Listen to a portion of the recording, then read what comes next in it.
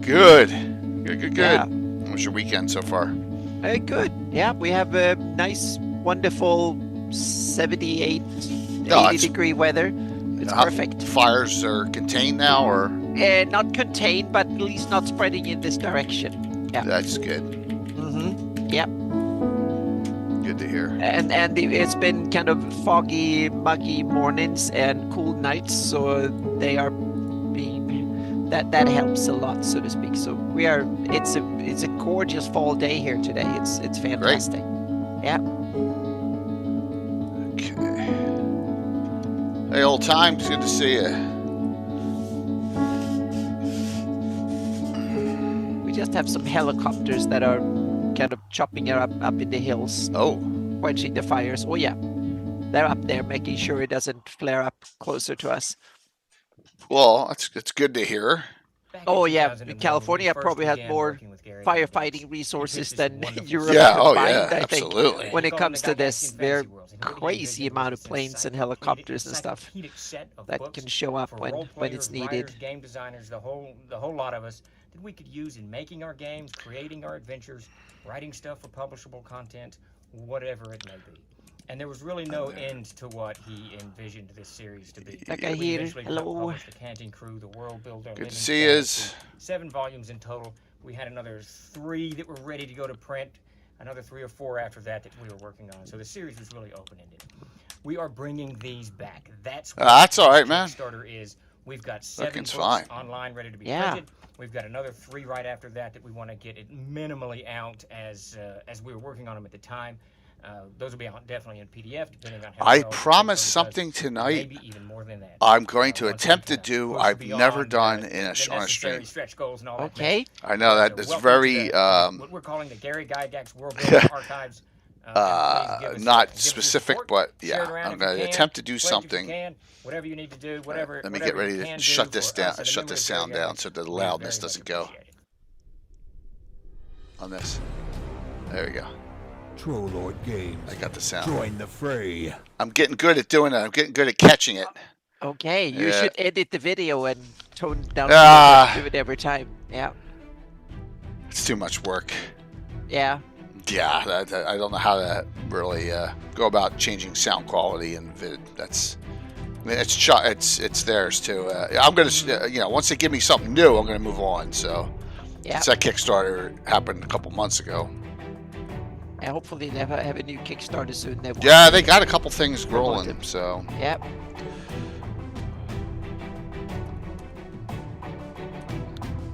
what's up, long shot?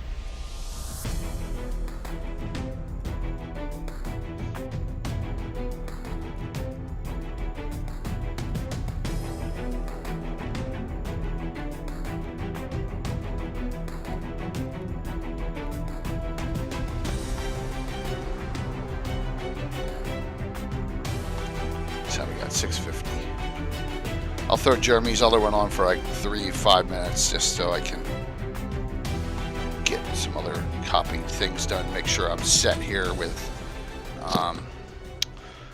It looks set up. I mean, whatever I'm planning, it looks set up. I'm scaring myself. I know Anna's like, "What the hell am I talking about?" It's just funny. Hi, welcome to Games. Hey, darling. 3D. Today, Yeah, I was saying, darling, I'm going to attempt something I've never done on a stream. I mean, it's really trivial, but I'm going to attempt it. All right, before we jump What's in, the worst thing that could happen? Standing up, let's look at Doesn't some work, of our right? smaller features. Oh, I hit the wrong button. Yeah, I know you're busting my stones on that, but yeah. Let's see these figures out of the way. All right, Because you're gonna have got a little bit of a folder in there. I'll talk about it. Called I'm talking in innuendos, but Face Cliffs. kind of got it because in 2 weeks is our GREYHAWK Prelude show, and in 3 weeks is Ask the Experts. Right, actually, just right On off. Sunday, so I have to do. After you pop it off, you can go ahead. Yeah, if I'm doing a normal Gabbin, well, it's going to be a special one have next a week. Door piece you can swap in there. Kind of. I also just have a plain cliff face you can swap right. You can, whoops. So. You can pop in All there. right, now I'm getting a tickle call. Of course, what time? What time? Okay. So let's say you're 8 minutes on an too. Yeah. adventure. Yeah, 8 minutes to. What's up, Keith? You know, someone says a magic word, maybe that makes a door appear Let's see. in the side of a cliff for you to enter inside or whatever. So this one right next to it is another swappable one. We have a cave entrance. These things blend in real well on the tabletop, as you can see. I'll be right back. I'm going to run down into the basement real quick. There we go. Yep. No cave. Cave. Just that simple. Okay. And then our last one is down here. Shelves right here. This whole thing comes off. Okay, and there's your magnet faces on the back. You're also going to have open locks everywhere you have magnets. Most of the time you're going to want to use magnets. We're using 3 by 8 millimeter magnets on this. I needed something with a little more punch than the 2 by 6s I usually use.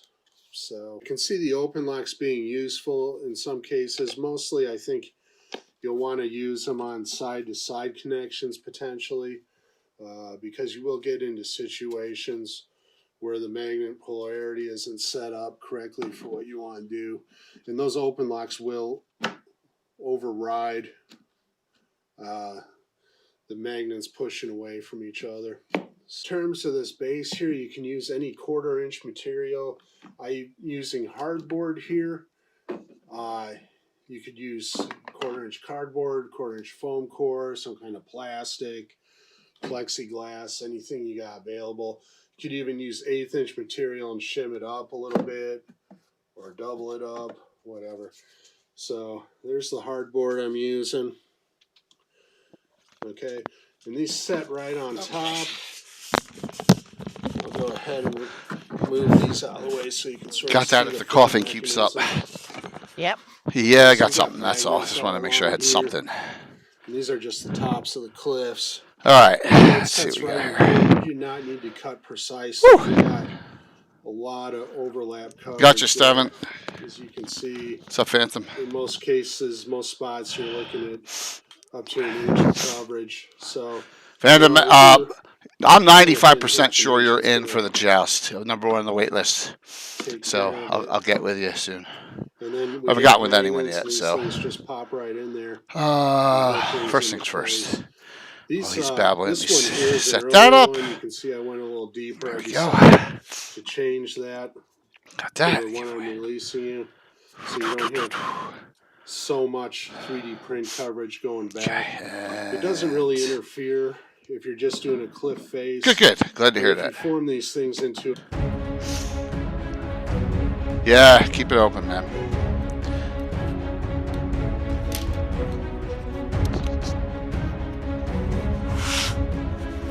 Alrighty. Yeah, it's gonna be a blast, man. It's gonna be a blast.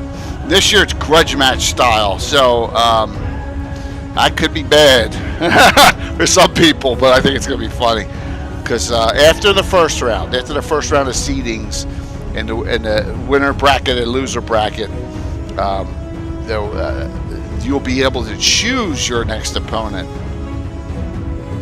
Yes. Until there's only like 2 left in each, but so. Well, I'm going to ask a question on that. I'll ask a trivia question.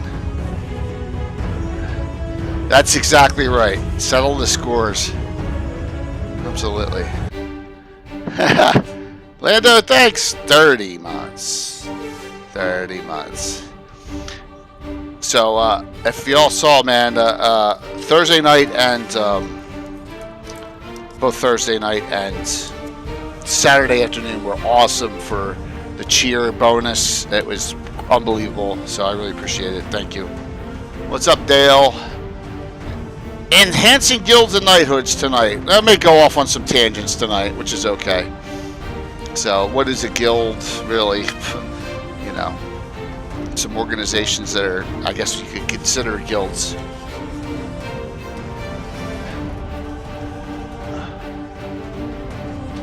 There they are. I'm like, I just realized I need a couple books, and fortunately they were right out. Okay.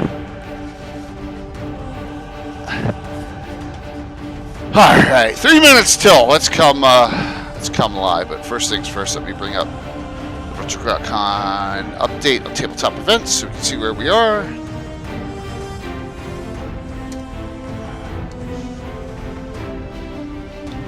I didn't think we had any. We go into. It's great because I can look under financials, and even though they're not, so yeah.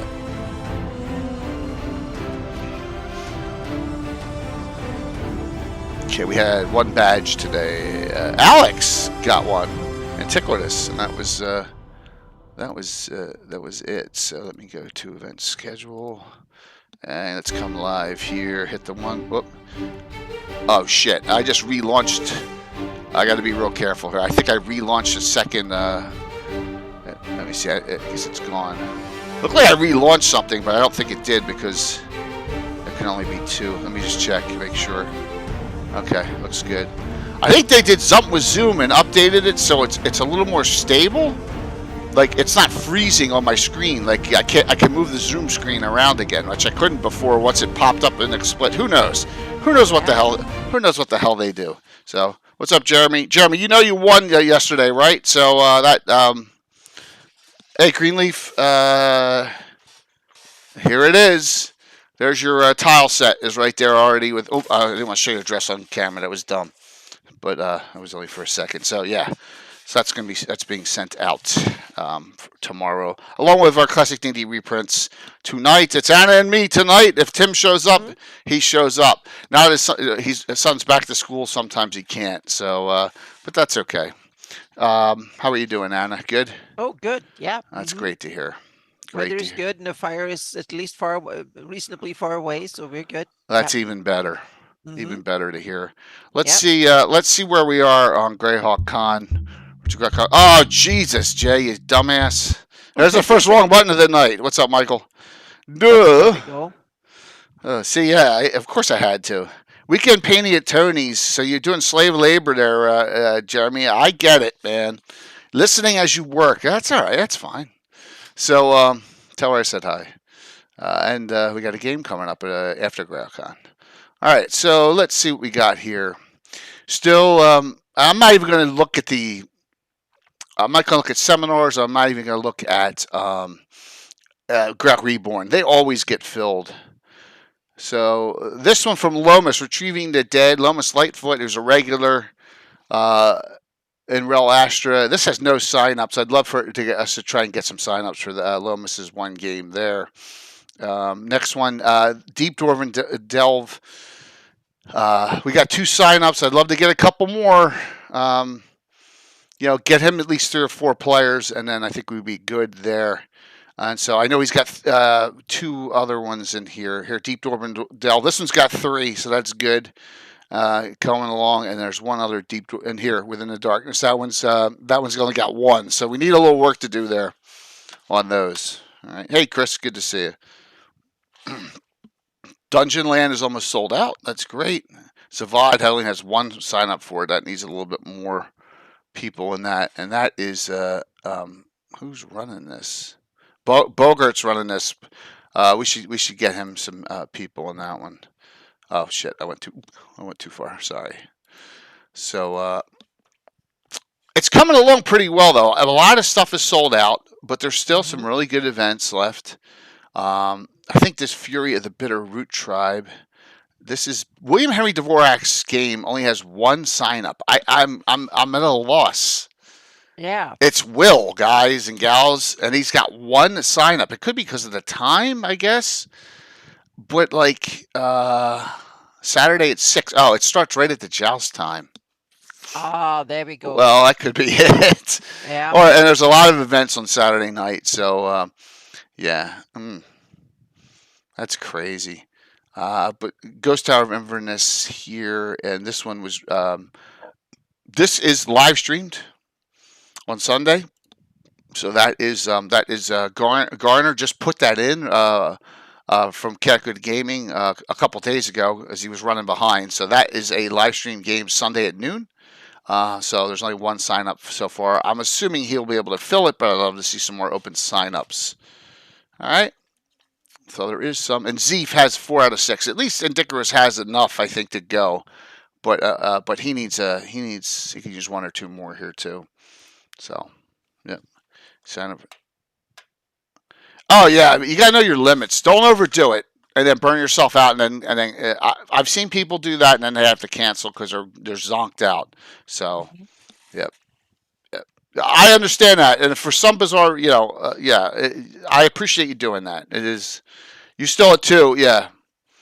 Well, Michael, I'm trying with all of them, man. I'm trying with all these events here. So, um, and here comes GaryCon Live. So Garner, we're talking about you right now. Good to see you. Let me bring this Yeah, back up while welcome. Garner reads in.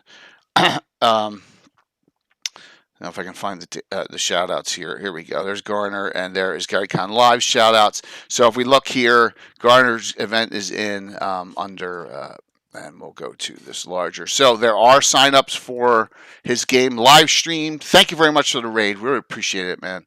And here it's at noon. It's at noon on October 6th. There's still 4 open seats. Okay. Alrighty. Let's see here. Oh, where is yeah? So please sign up for if you want to be playing live stream with Garner Category Gaming. And that's at noon on Sunday. In what 3 weeks? I was trying. Yeah, like 3 weeks. 4 weeks. Yeah, 3 weeks. I'm lucky if I know what day it is. Michael? Where's yours? Isn't yours on Sunday night? Saturday night at 8?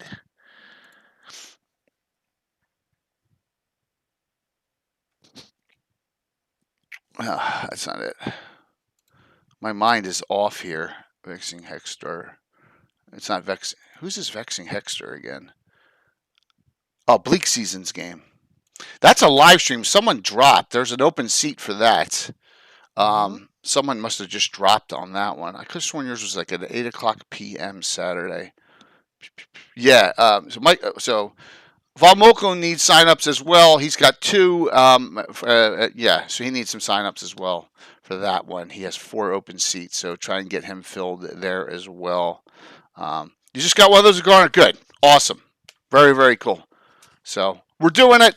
I appreciate it. Thank you. Lots of things are sold out, which is great. So the balance is really good. But let's help out the community DMs who are taking their time out to play for us. Sound like a plan? Awesome. I'm doing something tonight I've never done before. Okay. On a stream. I won't do it at the beginning. I'm going to do it roughly around 8 Eastern. On this stream? Mm-hmm. Okay. Anyone it's something you can do that I've never done. I got it all prepped up, and I'm going to press one button, and it should it's work. Something Twitch technical. Something. Well, yeah. Okay. Yeah. Yeah. So I'm going to have a poll. Oh. Cool. It's a poll. I'm going to have a poll, and that poll will determine something that we're going to do in next week's Gabbin. So, yeah. Awesome. Mm-hmm.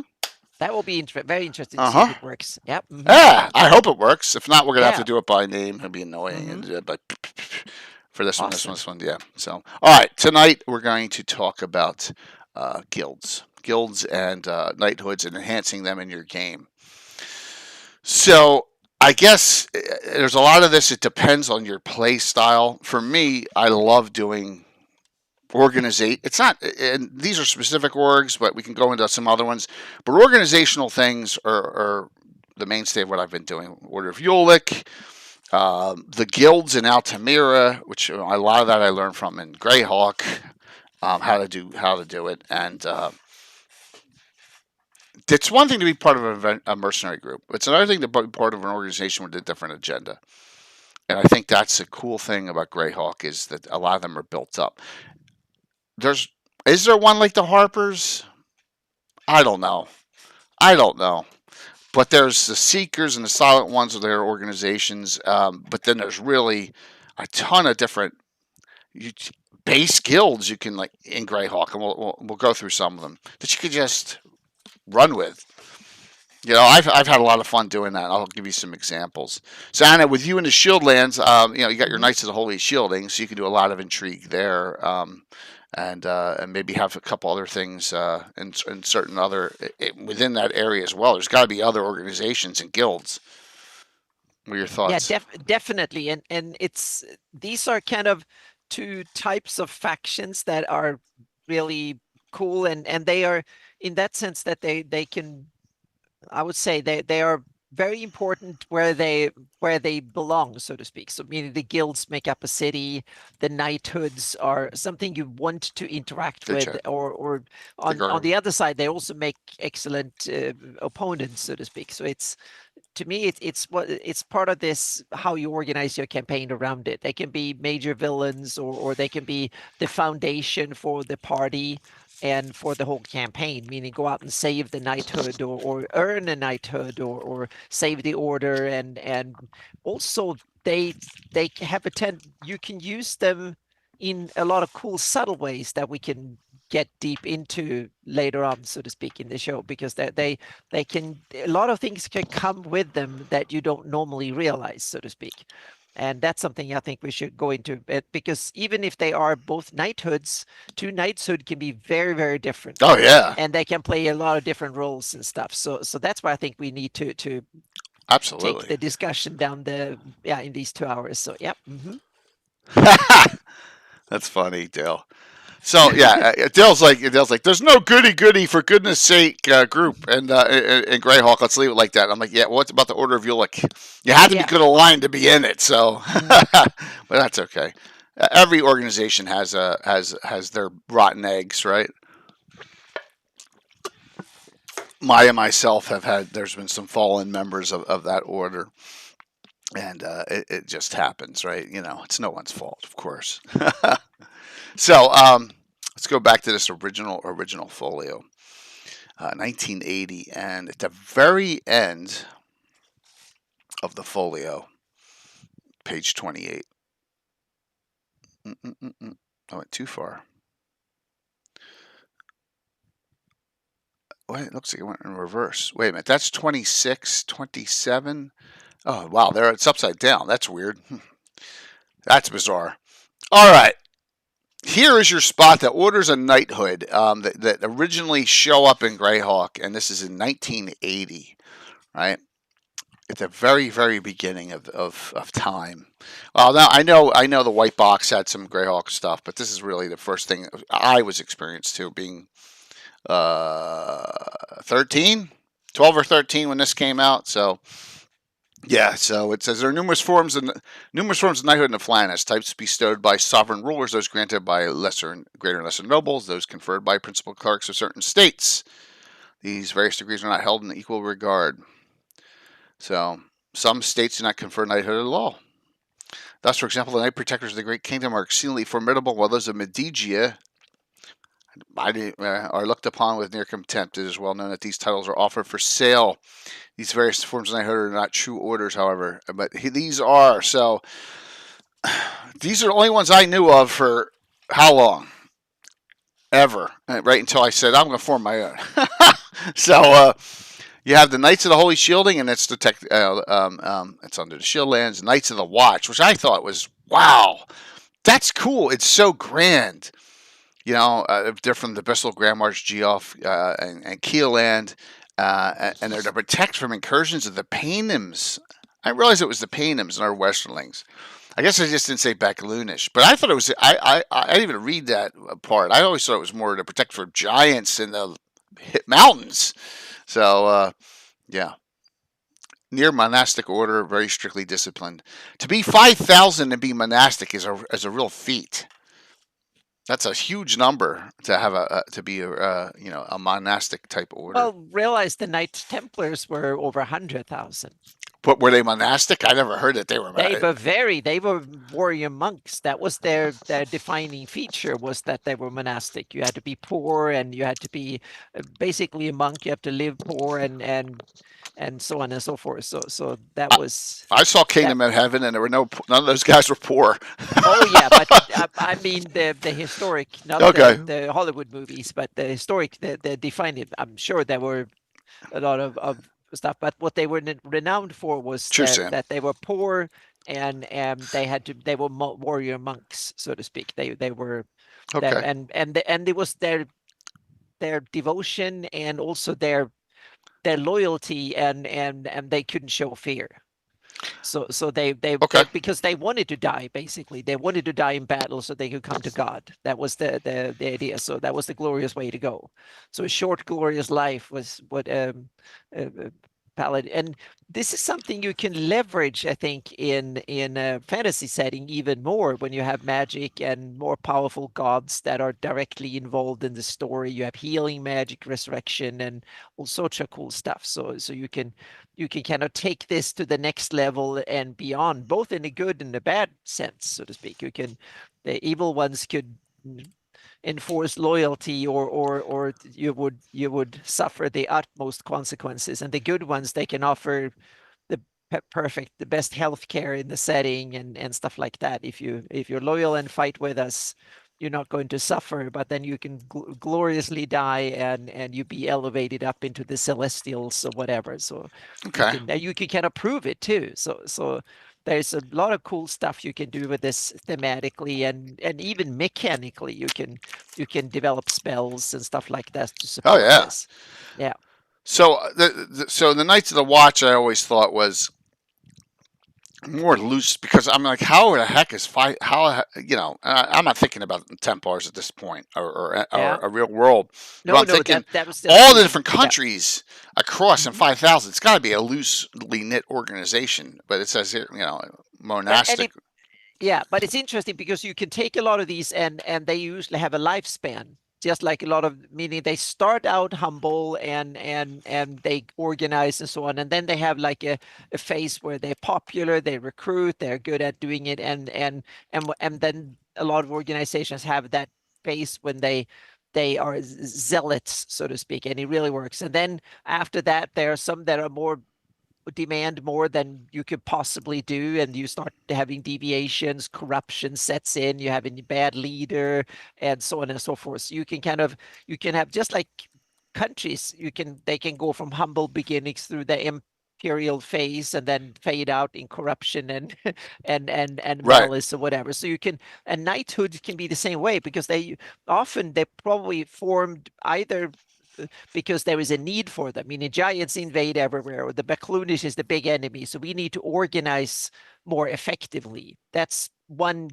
good reason to have a knighthood, because what the knighthood is basically a way of organizing your fighting force in a way that is more dedicated, more effective, instead of having, like in a feudal system, where you have a king that relies on a lot of earls and barons and various under nobles to have their forces organized under themselves, loyal. Then you can have an organization who have a purpose, not necessarily a loyalty to someone, but organized around a purpose, and way more professional than just personal relationships.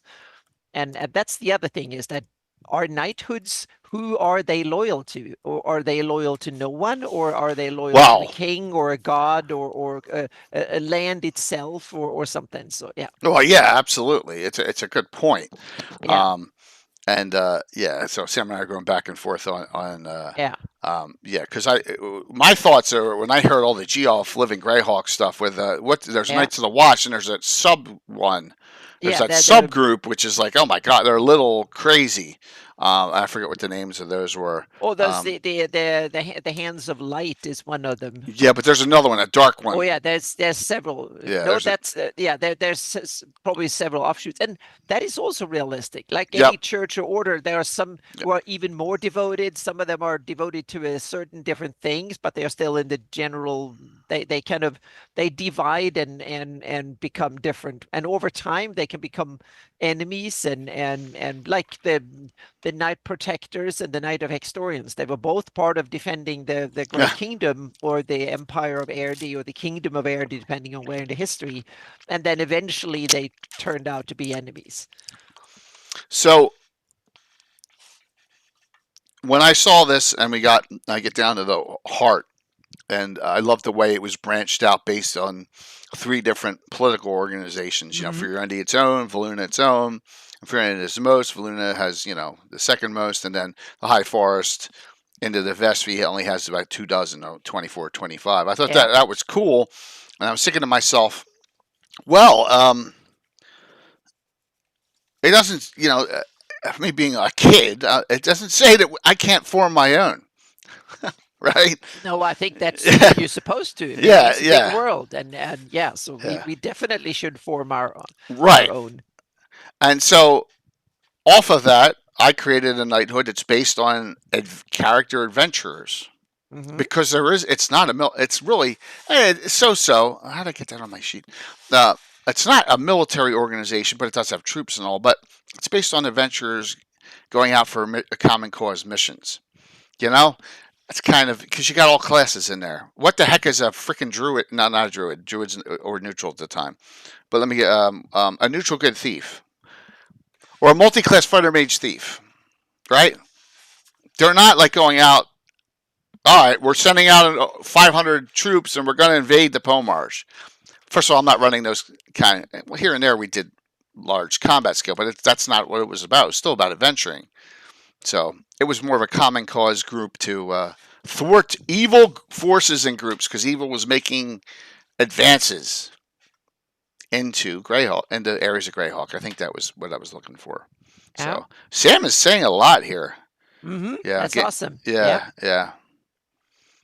So yeah, But very political. Yeah, should we go back a little bit? You yeah, taught the, sure. the numbers you read of the different Knights of the Heart, Yep, meaning they're yep. only like 200 in Furiundi and only 80 like in Veluna, and just a few in the High Forest branch. Right. That it indicates to me that this is not a knighthood that is primarily a big fighting force. It's not an order that is there to defend the country against the invasion of Ayus Oh, or correct. things like that. It's to me it sends that when you become a knight of become a member of the Order of the Heart, it's not you probably had a lot of personal, but it's more like the king's PR firm, so to speak. You're there to you get it because you're one of the most capable warriors, and you can instill respect and people within the country loves you and feel safer because you're around,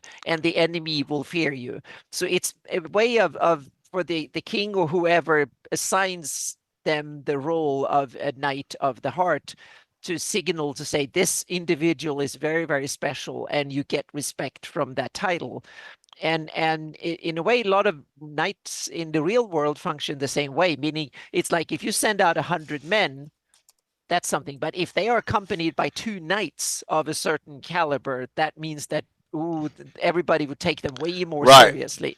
So I Right. see them Okay. as having missions like the king's emissary, or to go to a battlefield and negotiate with the Ayusian force to lay down their arms immediately and flee the battlefield or face us, so to speak, or face me. Right. Meaning, if you're a member of Order of the Heart, then you're high level, you're capable.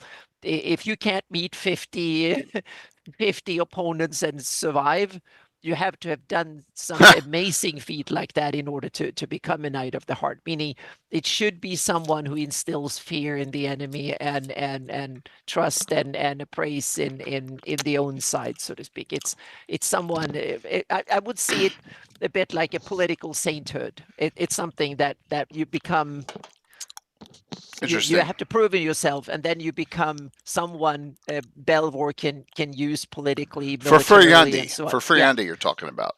Well, yeah, the other ones might be. I think they have a similar role but they might be different way. They might be in Furiundi. It might be Belvor personally who simply say, "Well, you are useful enough and proven yourself. You become a knight." In Veluna, it might be more communal. You have to Canon Hasten and his cabal of high clerics have to unanimously declare you a knight or something like that. In the High Forest, they might see by popular vote, or enough elves have to go out and declare you or something. Like you might have more like they do in Switzerland, but by popular demand or poll or something like that.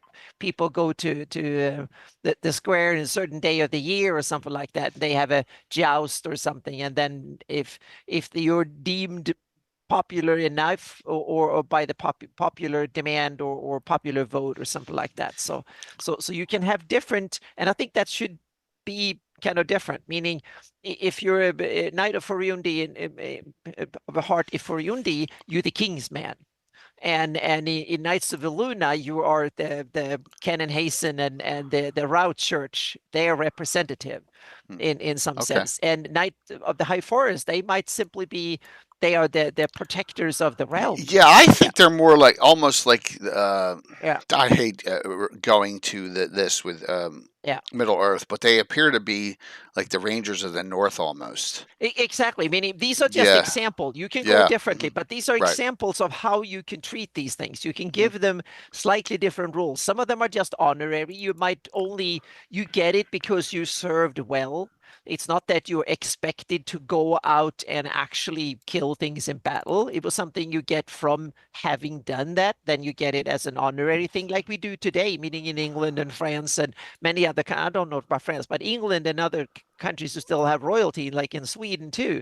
You can become a knight of order so and so because you were good in business, or you did something else, or something militarily. So you get it as a badge of honor, and not because you're supposed to go out and actually do anything militarily, but you can get it. And in a fantasy world, it might be kill a dragon and you become a knight overnight, so to speak, or something. So you can have it. And in other areas, it's something that you get in order for the king or the ruler to demand that you are now have to go out and do this. You have to prove yourself. Now you're a knight, so you have to show up and actually do it. So Okay. it can go both ways. And that's something you, as a DM in your campaign, you should play with these things. Meaning, if you give a character a knighthood, that means that there should be come with a lot of responsibilities to come with it, and perks too, of course. So just to show everyone, player characters in my campaign, when they are 6th level of good alignment, are able Yeah. to petition to join the order, and there has to be an approval of the officers. And each there's officers of areas of supervision. That officer, the XO, and then one below that, or at the main HQ, which leads Yep. to Gazumba himself, Mhm. right, or someone Yeah. else. Yeah. And that's at 6th level. And then venturing up, you get apprentice, but then you can become a full knight class status when you Mhm. become your lord status of your class and do a mission of importance or an adventure of importance. Yeah. So Yeah, it's different strategy. And meaning you can Yeah. do it like, if you come back with the head of a dragon, you will become an earl or a baron or a knight of some of the realm immediately. You don't have to kill the dragon. You just have to come back with proof that he's dead, so to speak. And the first person to come through the city gates or to the king's castle with the head of the dragon that been tormenting the realm will be knighted and considered be deemed the hero in a of the realm or non-magic something. world, yes. Yeah. But in a magic world, there are detect lie spells and all sorts of things you can do when you're in. Oh yeah, but the Yeah. king might not care. A king Well, is yeah, not that. yeah. He might not care. The only thing he wants is Right. proof that the damn dragon is dead, so to speak. Yeah, and he might not be. Yeah, he might just care about that part. Yeah. I don't see my group as Order of Yolk as Templars at all. No. More on the realm of, I don't know. And that is More also- Harper. I'm gonna say this with a little bit of arrogance. More Harper than Templar. Okay. Mhm. Yeah, I just see more. You get knighted if you conquer Altamira. No, because there's 3 key. Yeah, I know you're being facetious, Moose. That's funny. So Yeah. yeah. And- The religious knights. The religious knights are kind of like I don't know. The thing is that I don't know enough about the knights of the Valunan knights of Furundi of the Heart that much, because I've always dealt with the Furundi and the High Forest ones in my game. Yeah. Rarely have I dealt with Valuna, because there's nothing going on in Valuna half the time. or 90% of the times. We're Well, not. that's the thing with well-governed realms. They appear boring on the Yeah, outside. So, it's a boring place. It's more boring than yeah, Nyrond in yeah. some instance. That's So probably something to yeah, strive for realms to be seen as boring. But absolutely. what one of the things with knighthoods that we can get into guilds later, but especially knighthoods, is that how they are recognized by others. That could also be really Yes. important, meaning some Yep. knighthoods are only recognized by the realm, meaning, let's say, the Pale, for instance, the theocracy of the Pale, they might have a knighthood, like the whatever, the Knights of the Blinding Light, or whatever they call it. No one else recognized them as knights, so to speak. True. They True. might just be, it's only the leaders I'm going of to an journal. that your own country or your own king or earl. It might even be saying that one earl might simply say, I have an order of knights. Not even the king recognized them. And that means that if you, as long as you travel the lands of that ruler that set up the knighthood, you can be seen as, oh, you're powerful and you're the king or the prince or something, man, and you are a cool knight. As soon as you travel outside and wear these shields, you will be seen as the equivalent of a terrorist these days. You Hi, might be John. seen as someone who's a usurper. Let's see, you have, like in Nairon. Let's say you have the son that was trying to assassinate the king and ran off. I was Leonard or I forgot which one, but anyway, the son that then was exiled, so to speak.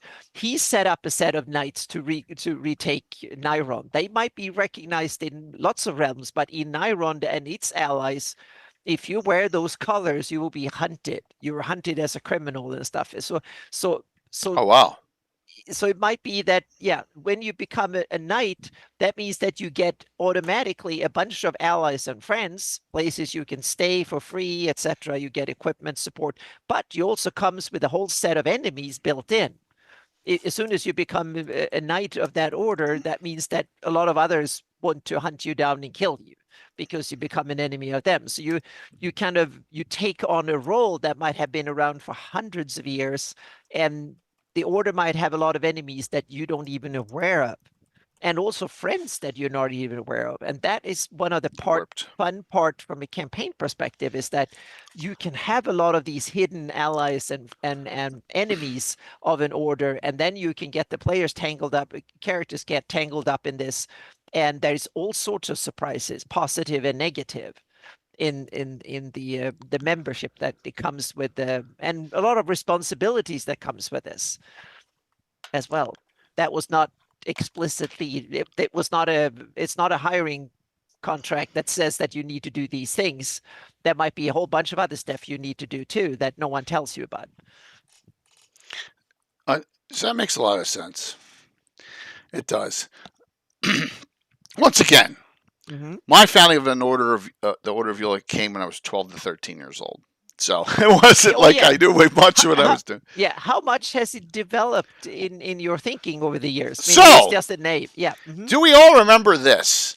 Do we remember this legendary Earth Journal? I actually have a hard copy on that, and I've been offered hundreds of dollars for it because this is so rare. A hard copy of this first Gary Con Earth Journal, and this was when I wasn't like persona non grata with someone, because the table of contents, Order of Ulick founding and synopsis is the first article in this Oh, big. cool. Yeah, yeah. So now a lot of stuff, the dates are wrong. I don't know what I was doing back then. I was, so are they supposed to be from the So High Veil? you've been revising the. See, that's Yeah, good. yeah. The dates are Good wrong. world building. The Yeah. dates are wrong. A lot of this stuff. Not every email is 569, but it talks about what you were saying on its fortifications. Now, let me see if I can find exactly what I was going to look for. Let's see, it was only 200. Wow, it was 211. I think we got like 240 to 242 now, and this is 2019. So I slowed things down. This is 5 years ago, right? February 2019, 4.5 years ago, almost five. But that's Yeah. normally the case. When you write Yeah. it down, you start realizing that, this needs to be. After a while, you realize because writing it Right. down forces you to study other things, and it evolves from there. Yeah. Yeah. So I had a little bit of war after the Hateful Wars, called the Sorrowful Wars. Yeah, that was kind of cool. I was looking for this. I could have sworn I put it in here, and I don't see it, which is driving me a little crazy here. Um, author's notes. This is funny. So, all right. Wow. I guess I was not a good writer back then. Because what it should say in here is that the order was recognized by Celine, the Duchy of Ulick, and the County of Ulick, but not the Principality of Ulick. I can't believe. Yes. Oh, wait a minute. Ulick remains treasonous as. Yeah. The Principality of Ulick remains strangely neutral in these wars as the Duchy and County of Ulick fought alongside both Keelandish and Selenian forces. Okay. So it's in there a little bit, but in a different terminology. So political intrigue was rife back even when I was a 12-year-old. So um, yeah, Michael, hundreds of dollars definitely for that one. If you post it, I mean, if you post it up, I don't, you can. I've had a couple offers. Here it is. It's also got something cool in here too. Yeah. There was only 100 of these printed, right, Anna? It was 100. I have 2, I think. You have 2, and then here I still have the insert here. Look at this. This is an Anna ad. Yep. Inside. I have that as well. And Intrigue. This is part of it too. Intrigue and Adventures at Ulakand by Michael Bridges. And then we're starting to work on your heraldry. Yeah, that was I did that with Brian Blumklotz and me. Yeah, that one. Yeah. So this is in the early days, 2019, Gary Con before. This is the Gary Con before COVID when it was out for 2 years. Yeah. I was scheduled to go to this, and then. Yeah, you weren't there. Right, because I had a mandatory sales. I won one of those sales things down to Captiva Island. For my job. You have to go to. So I had to. It was the exact same time. Terrible. Yeah, it was terrible. My wife and I. Yeah, it's terrible too. Someone has to go to West Indies. Yes.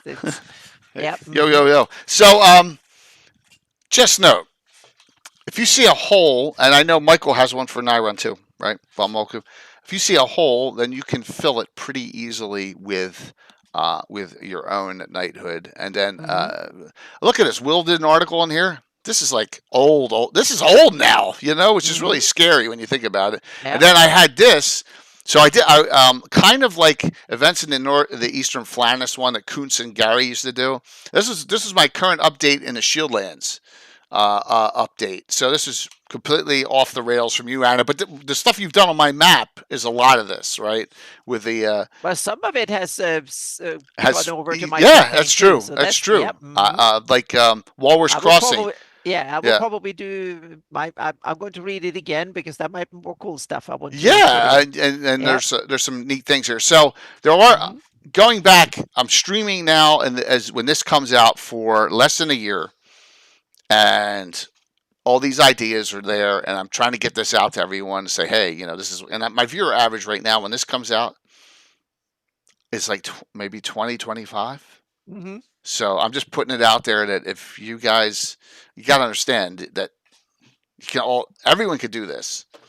Come out with your stuff on GREYHAWK and because especially with 2 new publications out, Visions and GREYHAWK Grimoire, there's plenty of room for writing. Start your blog and work on it. Yep. Absolutely. It's just it's crazy. So that was it. That was my first writing ever for the Earth Journal, and that was such a huge one. But it was on Knighthoods and history and things like that. So you just had one. Awesome, Michael. That's great. See, wonderful stuff. So. Knighthoods, I think, are something that, and more appear. Now, I have the second knighthood. I have the Slingshurst Forest Night's Watch. We don't need to talk about that. I also dislike the Knights of Luna badly. I just don't like them, so I don't use them.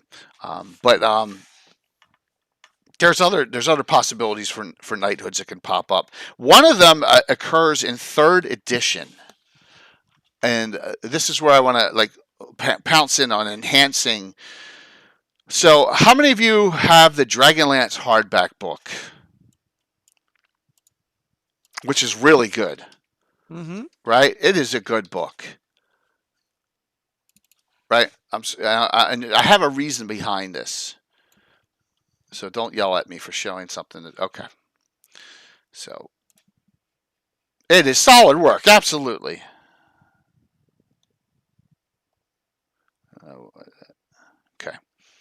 All right. Tracy Hickman, Margaret Weiss. So I really love the structure in here. Let's see if I can find it. The knights, the Knights of the Rose, the Knights of the. I really love the way they did things on them. I haven't looked a long time at where they are in this in here, so I'm not going to just go randomly searching for it. But they have three different. There it is, page 16. I see it now. So 12, 13, 14, 15, 16. Here we go. Knights. All right. So they have the Knights of the Rose, the Knights of the Crown, and then the Knights of the Sword. All three sects of the order. This Grand Order Knights of Solamnia. Right. Yep. Oh, cool, man. Yep. So I liked how this worked, and we kind of used it in our game because we're like, why doesn't the Knighthood have a knight class? Right? It should have a class. Why not? Right? And so we worked on it, and then for years tried to figure out, because you can have a paladin, you can have a specialty priest in second edition. There's all sorts of things you can have.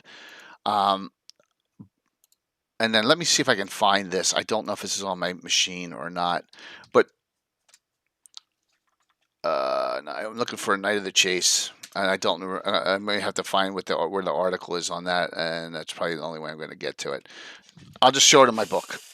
So, third edition comes out.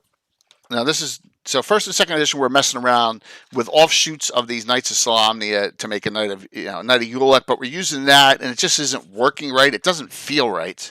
You know what I mean? It just feels wrong. It doesn't feel right. And then you get an article in a Dragon on the Knights of the Holy Shielding and how it's a prestige class, right? Mm-hmm. And then that one comes out, and then this one comes out. Bill goes, I really like this. Knights, Champions of Vengeance, Knight of the Chase, which is a Tritherian sect in third edition by Creighton Broadhurst. Well, which dragon was that? I think it's a dungeon. Oh, a dungeon. Yeah, Okay. remember how a lot of stuff was going in dungeons? I don't remember specifically. I'm looking for it on here. Anyone know when Knight of the Chase was? It's not even on the pages. We'll find it. Yep. That's why I can't bring it up because I couldn't remember. But Yep. so you have the Knight of the Holy Shielding article is definitely in a dungeon. It's under Living GREYHAWK Knights of the Holy Shielding, and you would only have 3 classes: Warrior, Spellcaster, and Specialist. So you could do that. So from that, we back converted the Knight of the Holy Shielding, Knight of the Hearts, and Knight of the Chase recently, and Knight of Ulick into its own hybrid. I'm gonna call it a hybrid. Let me do Knight of the Holy Shielding. I'll show you that one first. A hybrid specialty priest class, right? That's what I'd call it.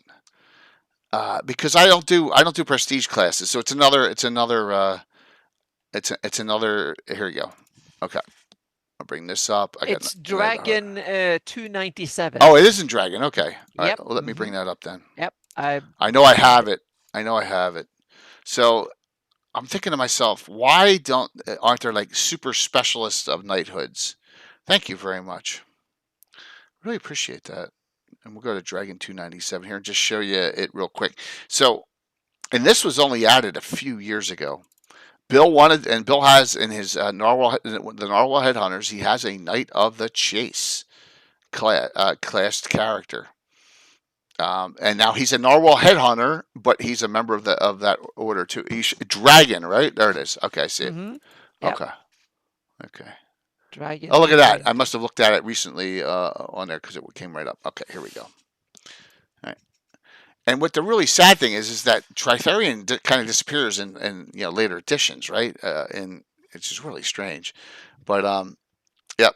So this Knight of the Chase is a prestige class in third edition, which is cool, but it doesn't do me any good. But it's not hard to take that, right? I mean, and turn it into this. Oh, first edition class. Tritherian is cool. So, and here we go. So here, all Knights of the Chase must petition for full order membership to the Order of the Chase upon attaining 4th level. Failure to gain entry and removal, revert to fighter, cavalier, Saxon, depending on statistic and background. See article Champions of Vengeance. Oh, there you go. I should have just looked at this. Duh. So, and then their proficiencies, and I back converted it to a first edition class. It's a hybrid of a specialty priest and a paladin, but that doesn't mean they're lawful good. They are category good only, the Knights of the Chase. Now, other ones, like the Knight of the Heart, is any good alignment. All right? And Knight of the Shield can even be lawful neutral. Lawful good, lawful neutral. Okay? And then the last one, the fourth one, of course, is my own class, Knight of Ulick. But they're all my own classes back converted first. So we've created, and sometimes it's confusing. You see in the scroller, you're watching a stream, and a character says the class says Knight of Ulick, and you're like, are they in the knighthood or are they the class? Well, if it's on that, they're the class.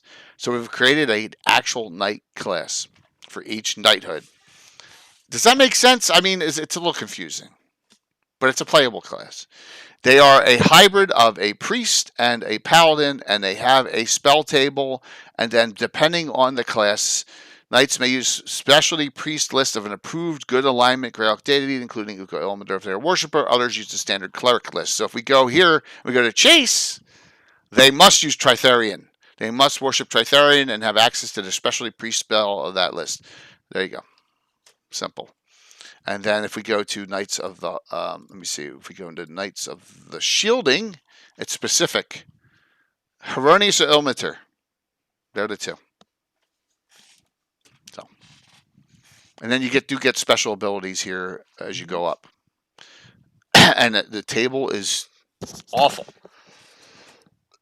Ninth level is 425,000 experience points, whereas a fighter is 250,000. So that gives you an idea of how rough it is. So there you go. It's from this. This occurs in the 2000s. We finally get it together. I love the ideas from Dragonlance, but it just didn't feel right for GREYHAWK. This feels right for GREYHAWK, for my GREYHAWK. So, Michael, do you have one for Nyrond? I think you do. Valmoku. Hexter needs a knighthood. Just what? You can make one up. Take a specialty priest or a cleric of that. Mix it with a blackguard, and there you go. You have a knight, an anti-knight of Hextor. You could do that. Jagger, of course. Yeah, holy sex. That's it. Are they holy rollers? No, not necessarily. I don't see the Tritherian ones being holy rollers at all. But that's a way I've enhanced the knighthood. So that way they are born and true to that knighthood. If they ever leave that knighthood, they lose the class. So, Anna, you have Knights of the Holy Shielding in your game, right? Yep. Mm-hmm. Not as a class, because I don't have any classes anymore. But yeah. Right. Mm-hmm. Did you have how many of your characters are in the knighthood in your game? They're all associated because they pledged allegiance to the order, but they are not in the order, so to speak. They are not full members of the order. There's one character who is on his way, so to speak, but he's not not a sworn knight yet. But they are being solicited in because they're young and they show talent and loyalty, and that means that they are like a graduate from MIT who is the employers going around asking, "Oh, do you come for work for us? Do you come for work for us?" So a little bit of that kind of Okay. They're being solicited in, so to speak, because the order, they need to fill their ranks. They need to, they're Yeah, in absolutely. expanding, and they need more resources. They are lookout for reliable youngsters who show promise, so they can equip them and train them and kind of guide them into the order, because it is a tough assignment to be part of the order actively, so to speak. They offer probably some of the best perks in my Greyhawk right now of any organization, bar none. But they also demand a lot, so to speak. They demand you to risk your life almost on a daily basis, but you get the best equipment, you get the best leadership, you get the best health care you can imagine in the setting, so to speak. The chances of you getting healed up and ready for battle again is probably higher in the Order of the Shield than any other.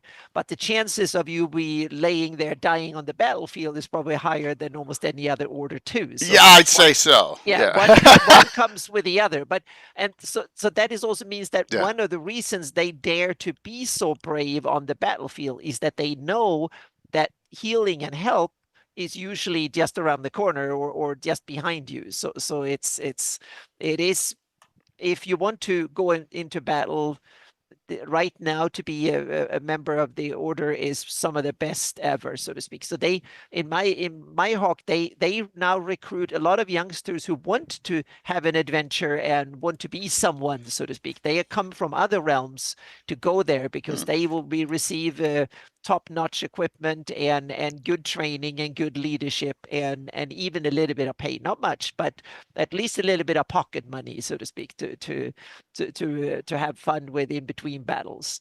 And they can go somewhere to afterwards and say, yeah, really done something. So that means that, because right now the Shield Lance is like a startup again. They are spending way more money than they're earning, and but they have a lot of good investors who want the realm to be stabilized and stuff. So they're in that expansive get back phase, so to speak. So yeah.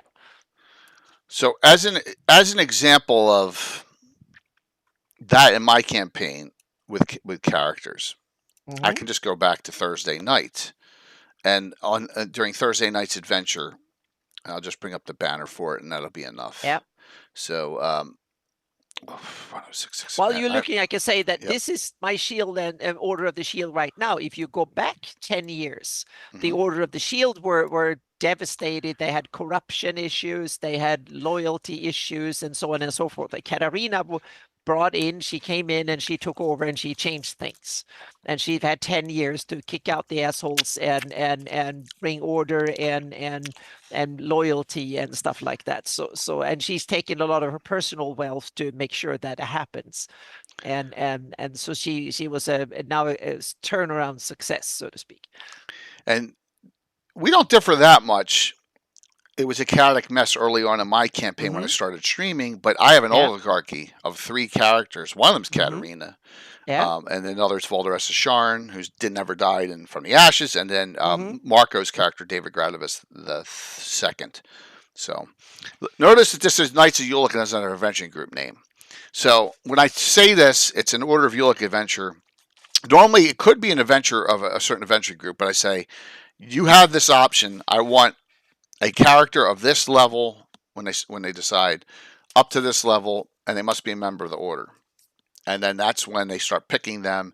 All of them were except for Curtis's on Thursday night, because Curtis was playing a character who was 110 years old, right, Mm-hmm. from the past. So, but that's what we'll do, and then sometimes it'll be a mix of adventuring groups, or maybe just one adventuring group which has a majority of knights, or and that so. And then there's a mission, and the mission this time was to close an open portal. That monsters from the hell furnaces were coming through. So that's just an example of a quickie one shot with a Knight Yeah. of Ulick. I just noticed something in my Free City of Altamir teaser. I stayed away from it on purpose because it's way different here than it will be in Air than it will be in Greyhawk. I really don't talk about the Order of Altamira much, but there are the logos here. I don't talk about it because you notice I said Order of Altamira because there's no Ulick. There's no Ulick here. And those are the symbols of the city. They're not order symbols, but it is in here. But we really didn't talk that much about it. I left it out for that one purpose because I really it's hard to go. What's the direction going to be here? It's way different than Greyhawk. You know? Say, Jay, it was a commercial decision, so you can have a whole book about it. Yeah, yeah, maybe Yeah. that's a smart move there. Yeah, but see, though, it Mhm. is in here, but there's no real discussion on the order No, at all. you save that for Yeah. supplement, so to speak. Yeah. Yeah. So Knights to Watch Part 1. And that's it. The Knights of Dispatch. That's what it was. Thank you. Yeah. Thank you there. Knights Good of one. Dispatch. Thank Yep, you. that was it. The Yep. Knights of Dispatch. Yeah, and it's that's Living Greyhawk, Gazetteer. Yep, and there's a lot of that going on because I know it was a huge thing based from Eric Mengi, Jose Ortiz. They were talking a ton of what is going on in Geoff with the Knights of the Watch, and it was the Knights of Dispatch. They were very big on the Knights of Dispatch. So, yeah, those web archives, I'm shocked they're still up.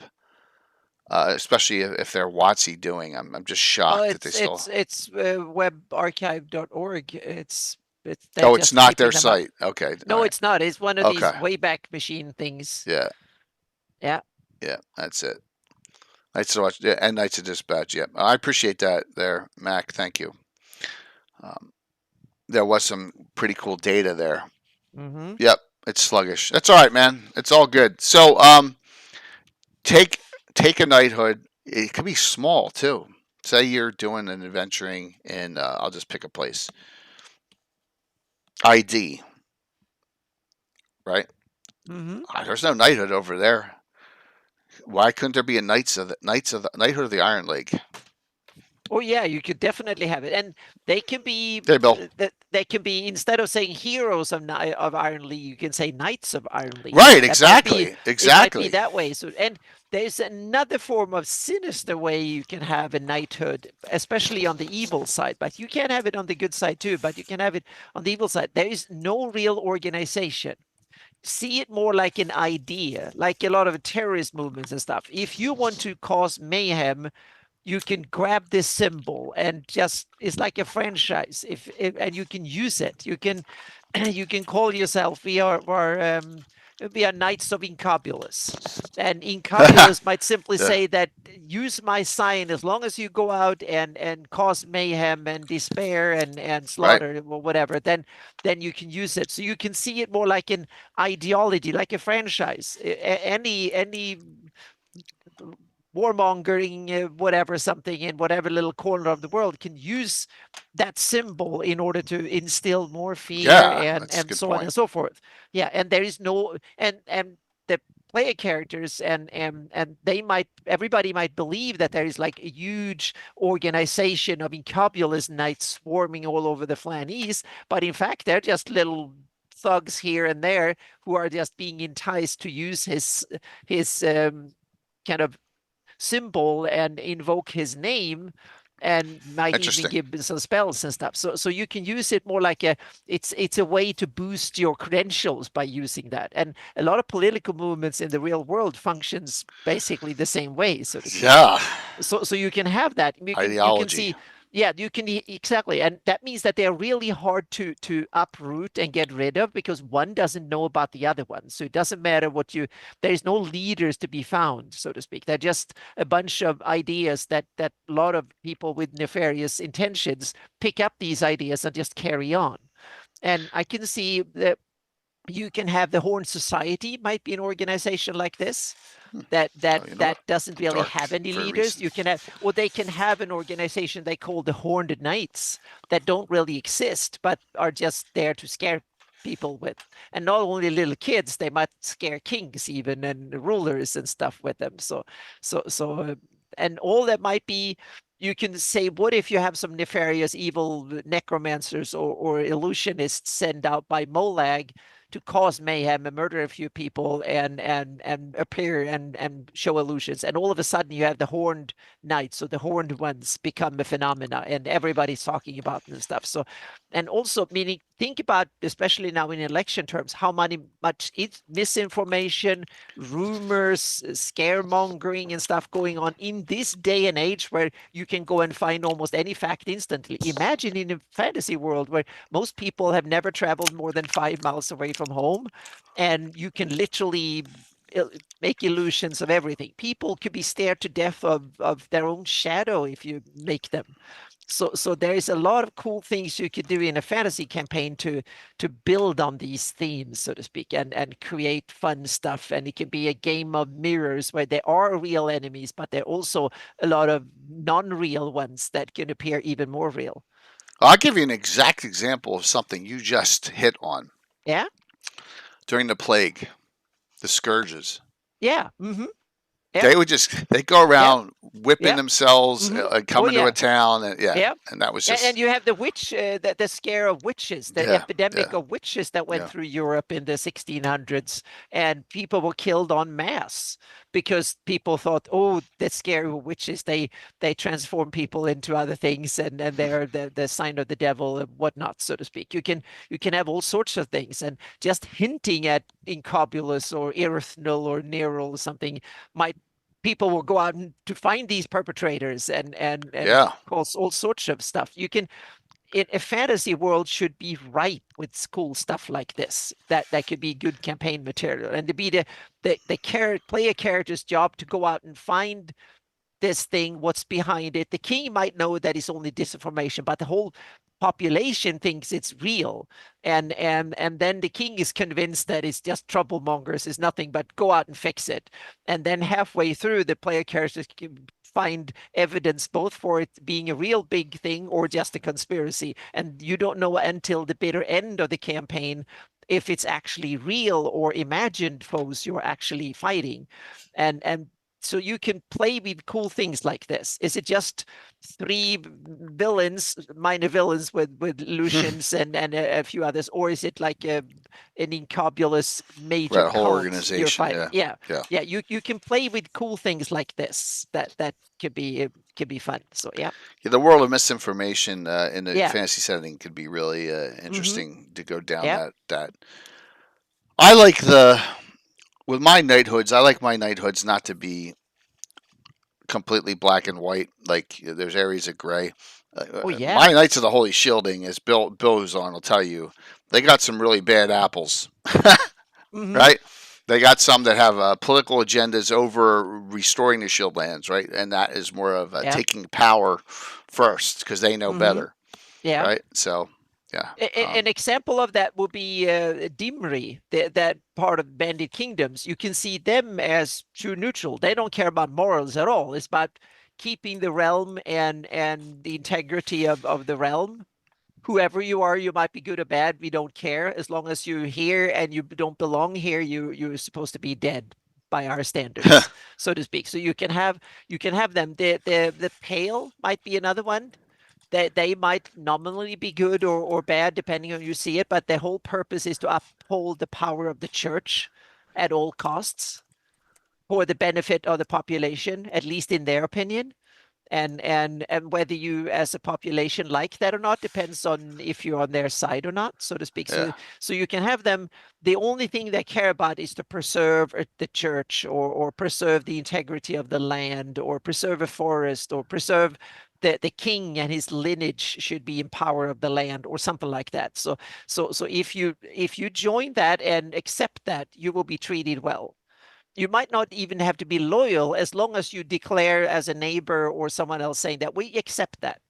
You might have the Dimri order, the Knights of Dimri or something. If you are next door in Nyrond or 10, if you have a bunch of player characters and these knights show up, and you can honestly say, well, we have Thanks, no speaking. problem. You have your territory there. We are just going to we respect that. Then you might be treated as neutral, so to speak, or respected. So there should be a lot of gray zone in this. That should be that you're not really sure of if you're on someone's enemy list or not, so to speak. And not everything should be depending on alignment. At least it's not in my campaign. It's there's some good guys rarely fight other good ones because they have few they trust, but good alignment trust other good alignment. But the evil ones, they fight each other as well as the good ones, for the most part. And Yeah. the neutral ones are the ones that fight because of loyalties, not because of moral things specifically. Yeah. So I equated that to in Yeah. World of Warcraft, there was a group in the high level zones called the Scarlet Crusade. So they were Yeah. almost like the Scarlet Brotherhood, a little bit, but they would go. They thought everyone was going to turn into undead. So they Hmm. really hated undead, but they really hated anyone who was alive because they thought you had the taint of the scourge, so they'd attack you. It was really Hmm. nuts. So it was Yeah. like, whoa, yeah. So You might even say that there that might be a knighthood where you have to be preemptive. undead in order to. What if the Death Knights considered themselves to be a knighthood, and you have to become undead to join their so-called knighthood? No one else sees them more than a cult, but a lot of cults might see themselves as knighthood. They might have an oath where you have to swear to be part of a member, and so on and so forth. They have all the trappings of a knighthood. They might have heraldry, they have ranks, and all of that. But to everybody else, they're just the worst horrible cult. Yeah, But to themselves, they are, yeah. So what I'm saying is that it's like in the real world. One side's freedom fighter, the other side's terrorist. That's one of these right. I sayings. understood. And you can have the fantasy version of this could be that they see themselves as a knighthood, but everybody else just see them as the most despicable organization ever and treat them Yeah. as a cult. I don't Yeah. know how multiple Death Knights themselves are going to get along chaotic evils when they probably Oh, you never all know. hate Give each them other. enough enemies. Give them Yeah, enough enemies. They might. Yeah, I don't know. yeah, Yeah, yeah, anything is possible, so to yeah. speak. Or Sure. there's simply the strongest rule, and he obeys. He needs allies, so henchmen. So he will simply tell the others, "You fight for me, or I kill you," kind of thing. That Yeah, would work. yeah, All right, so we're at the top of the hour. Let's do something a little different here. yes. All right, and then we'll go back. We'll go It's, back to guilds. All right, so I'm going to yep. bring something up if I can find it again, because All right. Here is my completed list of all specialty priests in my campaign. All right, and we've talked about this multiple times. Yo, GM Workshop, good to see you. Hello. Oh, nice, man. Great to hear. Well, you're going to like this then. So, how many are there? There's like 40. There's 42 or 43 completed ones. Bill gave me an idea. Everyone always asks, so what's your process, Jay? Now, Dennis may have the same process as him or Malden. I haven't seen Malden on tonight. So, next week, we're going to build a specialty priest during the show from scratch. How I do Cool. it. Okay? Here is the poll. Let's hope it works. Did it come up? There we go. Which deity should I do for this specialty priest? It has to be one that I don't have, obviously. So here are my four options: Celestian, Brandobarus, the halfling, Rudd, or Pyremeus. Go a little Len there. So I vote for that, please. It's up for 10 minutes. The winner, no, I'm not doing rat. No, I'm not doing a Zwart deity. Sorry, it's got to be yes.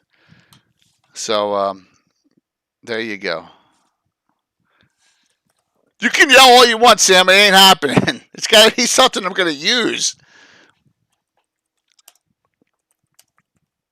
So, and then you can vote extra if you want to spend 1,000 cheer. There you go. I have at it. So it looks like Brandobarus. Oh, it's between Brandobarus and Celestian.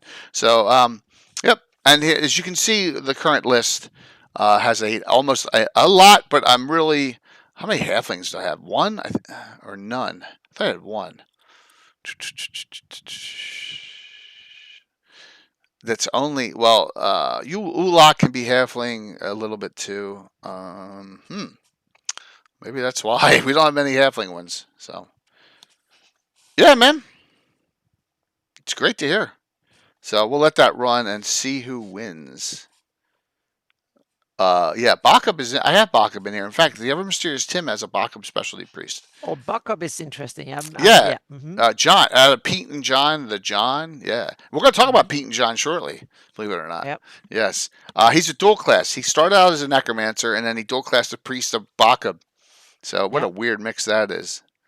Bakub was one of the gods whose clerics and stuff I was looking into when I in Hawk Tales when I tried to figure out how arcane and divine magic should work mechanically. because that was a deity that could do both, so to speak. So I was like, how the heck should I dice this one? Yeah. Yeah. So yeah, we'll see as that goes on, and when it ends, we'll figure that out. But yeah, so here they are. I will start it from scratch, show you the technique, show you a little how the kitchen sink is made here for that in the development, and then that'll be. Did I bring that up? I thought I brought the banner up. Maybe I didn't because I'm just losing my mind today. Yeah. So there you go. Oh God! I almost crashed the stream. Ooh, there you go. Creating a specialty priest. And who knows? Malden may get word of this, and he may hop in. So, because Dennis and I are the two big Yep. 2E specialty priest creators. I'll talk about how divine magic and stuff like that works in Hawk Tales too. Good, Yep. fantastic. Yep. So because I'll be doing a lot of searching. This is the key book here, the Player's Option Spells and Magic book. And you're like, why would that be the key book? Well, you'll find out if you don't know next week. Okay. Why that book is so important. And that book has really helped. Need Eric, who, Bill? Yeah, I don't know what you mean by need Eric. Which Eric? You spelled Eric. If it's Eric Mona, it's with a K. So okay, yeah. If Eric C is Mengi, so Mountain Host. Yeah. Yeah. So okay. So we will see. It's coming up here. Yeah. Looks like Brandon Barris is going to win, and then I will be doing that. So we'll find out on that. Oh, yeah, I don't know what Matt. I'm not sure. So I am not sure. Oh, thinking Boyd. Oh, Eric Boyd. Yeah. Okay. Yeah. Eric Boyd is basically the father of the second edition specialty priest. Yeah, he is. Yeah, Jeff. He's thinking Boyd. All right, we'll look at that. So right now it looks like Brandon Barris is going to win. All right, so we're going to go onward here. This is cool. Yeah, see? First ever poll. Yeah. And it seems to work too. Yeah, it did work. Yeah, I was shocked.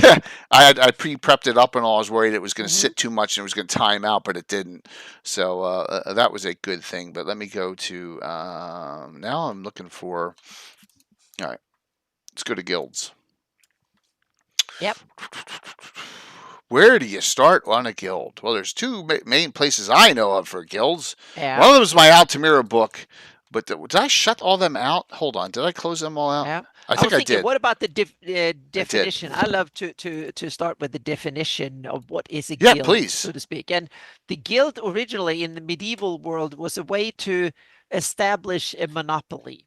So people that had a certain trade or did a certain profession could charge more, and also a way to guarantee the quality. So they were only fair competition from their perspective, fair competition. So what's a way to organize things before we had, meaning this is a world before we had corporations and unions and stuff like that we have in the real world that organize things, but so back then you had guilds. So were you a shoemaker or a mason or whatever it was? There were guilds for most things, and it was a way to guarantee both quality but also monopoly prices and who could do the trade and stuff. And they were often in a city or a kingdom or a barony or whatever it was.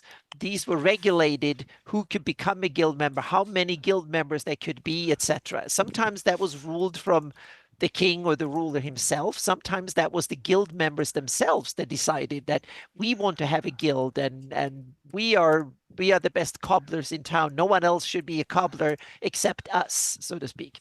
And that was, and often what you can mean with a free city is the fact that these guilds organize themselves. There is no one on top of them. That could be one of the criteria for a free city, that it's actually run by the guilds, so to speak, and not by a king or anybody atop. And then the guild masters, then they sit down and organize who among them should be the mayor and stuff like that. So yeah, so that might be one of the definitions you can have for a free city, that it could call itself free because there is no other ruler. The guilds rules, so to speak. That was my kind of interesting. Okay, yeah. But the guilds don't rule Greyhawk. They do. They do. They do. Okay. don't they sit down and form the council Yeah, well, it's and an oligarchy.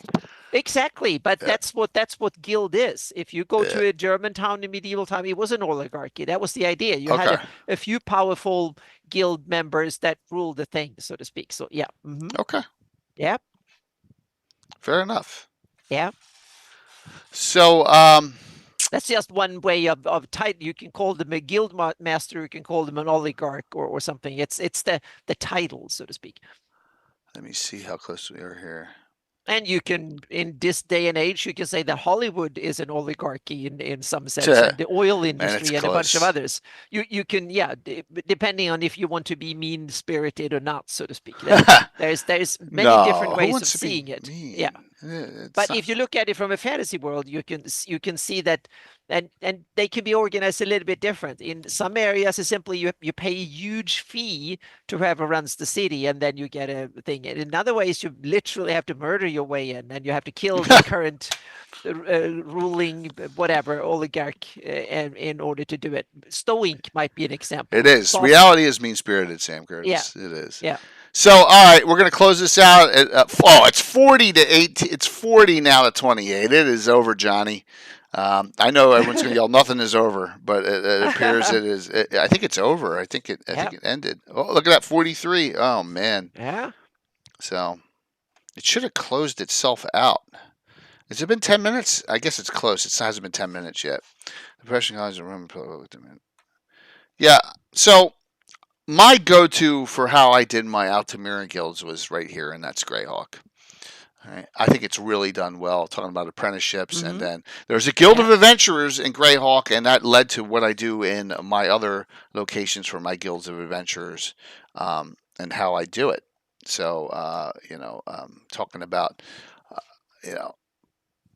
going on missions and, play. They must, every year on the first day of planning, all guilds must submit a complete list of their entire membership. Of course, because it is it is wow. Celestian has hopped up across Branda You Barris. can use points. You can use points. I discovered my that. Spend gosh. 1,000 points and you can vote. Wow. A lot of people started doing that. So Oh man. That's oh like my a gosh. vote where you can actually you can put in Oh some my virtual gosh. coin and Ding, vote ding, a ding, second ding, time. ding. Yep. All right, so it's going to close out. Sure, I think it's going to close out on its own because I don't see where to close it. I mean, let me see if I Yeah, can... there's a little bar that go down. It closes in a couple of seconds here. Oh, there. That's yeah, it. there's a little Oh, bar, look at that! So the race is close. It's ding, ding, ding, and then Now it's tied. Oh wow, 50. Damn weirdo! Damn weirdo! Oh my god! Damn weirdo! 50 to 50. Guess I'll have to flip a coin. Well, we do both then. Yeah. No, I don't. I can't. It's so hard. Okay. It's such a okay. complicated. So I'm not doing. So I'll have to do them on different shows. So I'm gonna flip a coin right here. Mm-hmm. All right. Heads, just a quarter. Heads, it's Celestian. Tails, it's Branda Barris. All right. I guess that's the best way to do it. No. So here we go. All right, there it is. I'm not moving it. I'm not moving it. I'm not moving it. I'm not moving it. And I think that's a tail. Wait, watch. Tails. That's a tail. It's not a head. There's the head. There's the head of the quarter, right? Yeah, it's a tail. Tails. So with a tie, Branda Barris. Okay. Yeah, there you go. So Branda Barris wins by a hair. So we'll do Celestian too, and maybe in a filler night. Yeah. But that we proved how you become a guild master. You have the vote, and then you can add extra votes if you pay. So yeah. Mm-hmm. Yeah. So Curtis, there's no need to have Branda. There's no need to have. Exactly. Where was Hieronymus on this list? I already have one. Ah, gotcha. Why? Yeah, there's no reason to have Hieronymus. This is a new specialty priest, right? So we already have a specialty priest of Hieronymus, right? But I can talk about the next time. I can talk about the you have the hang on a second. Yeah. See, Hieronymus is right there. Yeah. I can talk the Blades of Bahamut and talk a little bit about their powers and stuff. Oh, okay. Okay. Okay. Yep. And is that a guild, or is that you mean is that It's an order for oh Heronius. That is a special one. oh Yep, yeah, that okay, gives you cool. special And we do that. powers and Yeah, stuff. Yep. Hmm. nice. Yep. So there you That go. brings a little bit of Heronius into it. Yep. So yeah, down the road there, and we can always go over some of them specifically. That would be a good idea for sure. But you can see there's 40 some, so we don't need. Yeah, I'm not doing racks of word. I'm sorry, my guys would kill me. I'm not. That's never Oh, going on the list now. That would be bad because we never used it. I may use it as a bad guy, like, but I'm yeah, not that's using the it like thing. Wastry. So yeah, You never know. yeah. Eric so Mona might need a new cool it's not. character, so you never know. Oh, Yeah. a chipmunk one. What's the difference? It's the same difference. Rats and bats. Zvarts, it's the same difference. Yeah, Scrack, Zavort, Rack, Zavort. What's the difference? Thank you for the follow. Yeah. It doesn't matter. I'm never doing it. So, yeah. Yeah. So, this is, as you can see, now you all know why the magic, the magic emote comes out 5 times for that. So, there you go. Discrimination? Yeah. What's up, Rob? All right. So, we're doing Brandon Barris by a nose. So, buy a hair. What's up, Dwayne? And over Celestian, which means I'll end up doing that one too. I've always wanted to do Celestian. I thought Rudd was cool too. Bill said do Joy D, but Joy D's really not a recognized deity, maybe a hero deity, but not really a recognized deity. So I stayed away from that by a nose. All right, so guilds. There are a ton of guilds in here in Greyhawk City. Hmm. We've already done Knighthoods, everyone who's come on new, just recently. And they're all cool. And you think, oh, well, where's a Butcher's Guild going to come into play? Come into play a lot of places. Corruption, murder in the Butcher's Guild, three-way love triangle in the Butcher's Guild. You can all sorts of fun things, right? But for me, I have a couple of go-tos. Getting rid of bodies, exactly. Here's one, and Bill is very familiar with this. One of my favorites is the Guild of Embalmers and Gravediggers. The half orc Selzik Gobayuk is the guildmaster of Greyhawk. Second in command is Bill's character Salen Shadowmoon, the half elven cleric necromancer. Who's your deity, by the way? I forget who his deity is. I think he's afraid to have a deity because he's scared of all of them, if I recall. Yeah, you fed them to the pigs. So, oh, it's Bacchum now. That's right. 'Cause he doesn't care. I forgot about that. So, so we actually have a deputy guildmaster who's a player character, and we've done that with a couple guilds in Greyhawk for our venturing groups that are in Greyhawk. Salen's the one who put on the crown and became Tulsa Doom from Conan trying to take the world over. That was great. That was pre-streaming, unfortunately. But there you go. Selzik. Salen's always thinking this guy's a half orc. He's going to be dead soon. He's going to die of old age. That's exactly what he's thinking. I'm going to be guildmaster, right, Bill? I know your thoughts. Was Nerol until he died and met him. That's right. That's right. You actually died in an adventure and you worship Nerol, and then you're like, no. And you fortunately got raised that time. So I love using the Guild of Balbers and Great Divers. Should we know with corruption, they like the sewermen, the street cleaners, the sewer rats tend to like get bodies from them Hmm. and have them animated as zombies to clean the sewers a little bit easier, so they don't have to. So Yeah. so that's one of the But little yeah I was going to say, I think it was important with guilds that they should spam the whole range from very, very non or very good aligned, very kind of uncorrupted, honest organizations down to the most rotten to the core, kind of grab the last penny kind of organizations. So guilds can definitely spam the whole right. 9 yards, so to speak. They should, because that's more fun. And they can also be, because some of them are there to the grey diggers and others. They're there not because the city wants them, just because the city needs them. No one else wants to do the job. So you basically have to bribe a bunch of people to do it, and you have to give them a monopoly so that you get the job done. Example are dig graves or get rid of dead bodies, rat catchers, Right. yeah, people that take care of trash and garbage and stuff like that, to empty latrines or things like of that nature, that you basically have to bribe someone in order to get the job done. Yeah. Really? That's funny. So guilds are So another thing, another one I like is the Lamplighters Guild. Now they go through Yeah. Greyhawk and they lamp take the lamps and light them in Yeah. all areas but the slum quarters, I think it says. But they work hand in hand with another guild, which is really, you would not even think about it, but that is the Night Watchman. That is Yeah. actually a guild. Mm-hmm. And let me see if we go down here. Mint workers. Here we go. The Guild of Night Watchmen. One of my favorite ones. They remind me. Sorry, Curtis. I don't know if you have them anymore, but this group reminds me of the Specials of San Francisco. Right? The Specials are they're private hire policemen, and they can each take up districts. I'm not, what's his name? What was the stupid name of what was that movie? Christian Slater was in it. We're talking about the world needs ditch diggers too. Um, so the Guild of Night Watchmen are, and there's a whole chapter on the Guild of Night Watchmen, and they are. We have a player character. Walt's character is the second behind Sir Garbin in this. They hired a special. They're called. Oh my god, my brain shut off. The Pinkertons. Yeah, Pinkertons too. Yeah, the police specials. Let me go back to chapter 2 here, military and the law, and just explain what the Night Watchmen do. Night Watchmen are beyond the normal militia, normal guard. So Pinkerton would be close to them. Here we go. They should be coming up here. Minor crimes. Night Watchmen. It's an organization that augments the forces of law and order during the hours of darkness. As the darkness falls, the people's constables, who basically they just shake everyone down, right? Uh, while the Night Watchmen to a large extent provide a public service, they are nevertheless privately funded.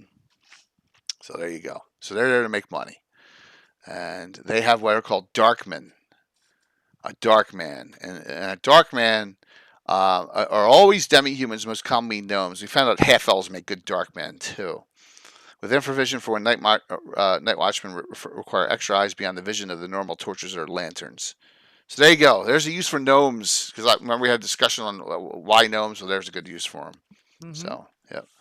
Specialized forces. So I know they'll get a chuckle out of this. Walt has a cleric bounty hunter. His name is Alphonse D'Amato. So there you go. And Alphonse D'Amato, everyone knows, is an ex-senator from New York State back in the 80s. Mm-hmm. Yeah. So, but he is a Guild of Night Watchmen, and currently the Guild of Night Watchmen has the crown because they couldn't figure out a way to destroy it. So, yep. I like doing things with the Night Watchmen. They tend to be uncorruptible. I've never had an incident where they were able to be corrupted. That's part of the stuff that Garvin who pays the White Notch? That's a great question, Curtis. The citizens of the garden and high quarters to protect their buildings and establishments, just like the specials I think that you have in San Francisco. Yep. Unless they got rid of them. I mean, they were around in the 80s, so yep. I had the People's Constables finding the PCs for helping a halfling. Yeah, I did too, Dragon here. I just did that recently too. Helping a halfling crossing a road is a fine in Greyhawk, which means if you're walking with a halfling, you are against doing something against the law. I never read that book, Mount Volmoka, because it's in the future, isn't it? Isn't that one of the ones in the future? Yeah. I don't think it's set specifically in the future. It's just it's not part of the regular Greyhawk published lore. So okay. It was separate. Yeah. Okay. So with that, I can see other guilds being made. Now, here is a guild group that I love, but I closed all the. I must have, when I was doing the poll, I closed everything out. So give me 1 second here. We're going to go to here. We're going to go to a Dragon magazine. We're going to go to Dragon 124, which is the first of the Age of Worms dragons. I'm sorry, Dungeon 124. Mm-hmm.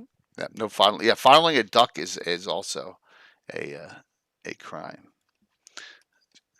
Diamond Lake, and the first time I knew about number 21, the Abel Carter Coaching Company, which is here, which is which is a transportation service.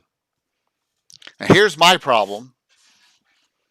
They exist here, and this is Diamond Lake. Diamond Lake is mapped up, and then someone did an unbelievable. I showed this before, but someone did it in I guess a high res campaign cartographer. Hmm. Yeah, I got that, and then a blow up of that area around the center of Diamond Lake. Really cool stuff. So the maps are nice, um, but if we go to this, we talk about the Abel Carter Coaching Company. I think it's a number 31. Oh geez, I guess it's earlier than that. I thought it was 31. No, maybe not. Well, the Abel Carter Coaching Company, it has its rumors of being, and this is a guild, right? It's a guild of, it's almost like Wells Fargo in the West, right? They got to get stuff from one place to another. Someone's got to guard right? So Abel Carter Coaching is that. Now, the problem is I've had Pete and John's Teamsters service. Two of Tim's player characters have this service for 30 years in the game. So what am I Like going a to? car rental service. Yeah, absolutely. Like Yeah. they're going to you put your whatever your product is from GREYHAWK to Altamira, from Yeah. GREYHAWK to They're the UPS Divers. Yes. of GREYHAWK. Right, Mhm. absolutely. So Yeah. what am I going to do now? I have a rival, and it's actually both of them are located in I'm sorry, in Diamond Lake. And then comes this little gem which I had up, Expeditions to the Ruins of GREYHAWK, and it gets even more saucy now with guilds Mhm. because we come here to the Artisans Quarter. Abel Carter Coaching House is on this Oh. map, right? So they're in this adventure. Well, guess what? They've been infiltrated by Iusian forces. We're gonna have some fun now. So Yep. the Abel Carter Coaching Company and Pete and John's Teamster Services, if they're on the road, anything goes. So there's been Yeah. murders. Yes. Yeah, and it also makes sense that Yeah. it's easy for an enemy to infiltrate a company because companies don't care so much about morals. If you come in as an investor with a lot of money, they are much more likely to accept you. A church or organization like that they're going to question you probably way more. A company, as long as you come in with a lot of money, then they are more likely to accept you, so to speak. Right. Absolutely. So now there's an enmity between the two. Mhm. We did expeditions, and whether it was rooted out, the Iusians in this adventure out of Abel Carter were rooted out, but the player characters didn't care. That wasn't their goal, right? That was a little side quest. So who knows how much more they've been infiltrated by forces of evil. So that's the connection I've used in developing a guild rivalry between two transportation services, basically, if that makes sense. So Yeah. yeah, yeah. So we have a little fun with that, and that's why you find little tidbits in these publications, and that's why I always say there's some really good stuff in Expeditions Ruins of GREYHAWK. It's got some setting updates in GREYHAWK, along with Roger Moore's GREYHAWK: The Adventure Begins. Also has some good updates that you can find some neat things in it too. You know, so both of them, and if you cross-reference that, and we've had Malden on a couple times, you cross-reference that with Malden's, you have some really great guild plot lines. And who doesn't love a guild plot line? And also, I think that if I recall, Malden put the Seekers on his map in GREYHAWK in a location too, and it's noted. So he's actually taken some, of Gary's material and put it into GREYHAWK itself. So, any questions about even night? If you want to go back to knighthoods or guilds to this point.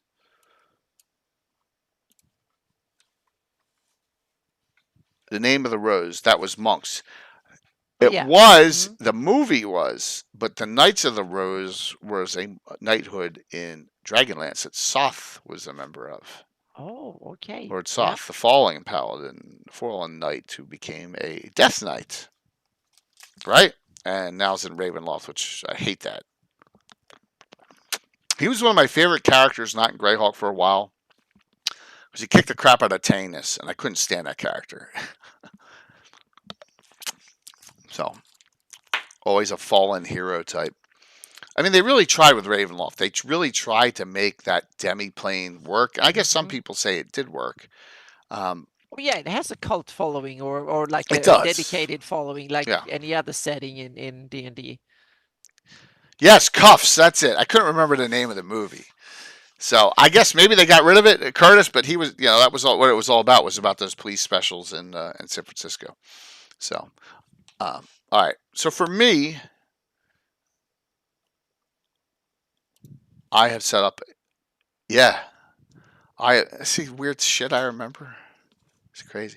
I set up some really cool guilds, and this is just a tidbit of them, which are in the Altamira and Greyhawk and the Altamira and Arid. But if we go, and I'll discuss some of these here.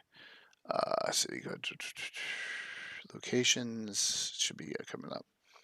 Low quarter sections, personalities, guilds, factions, and secret societies.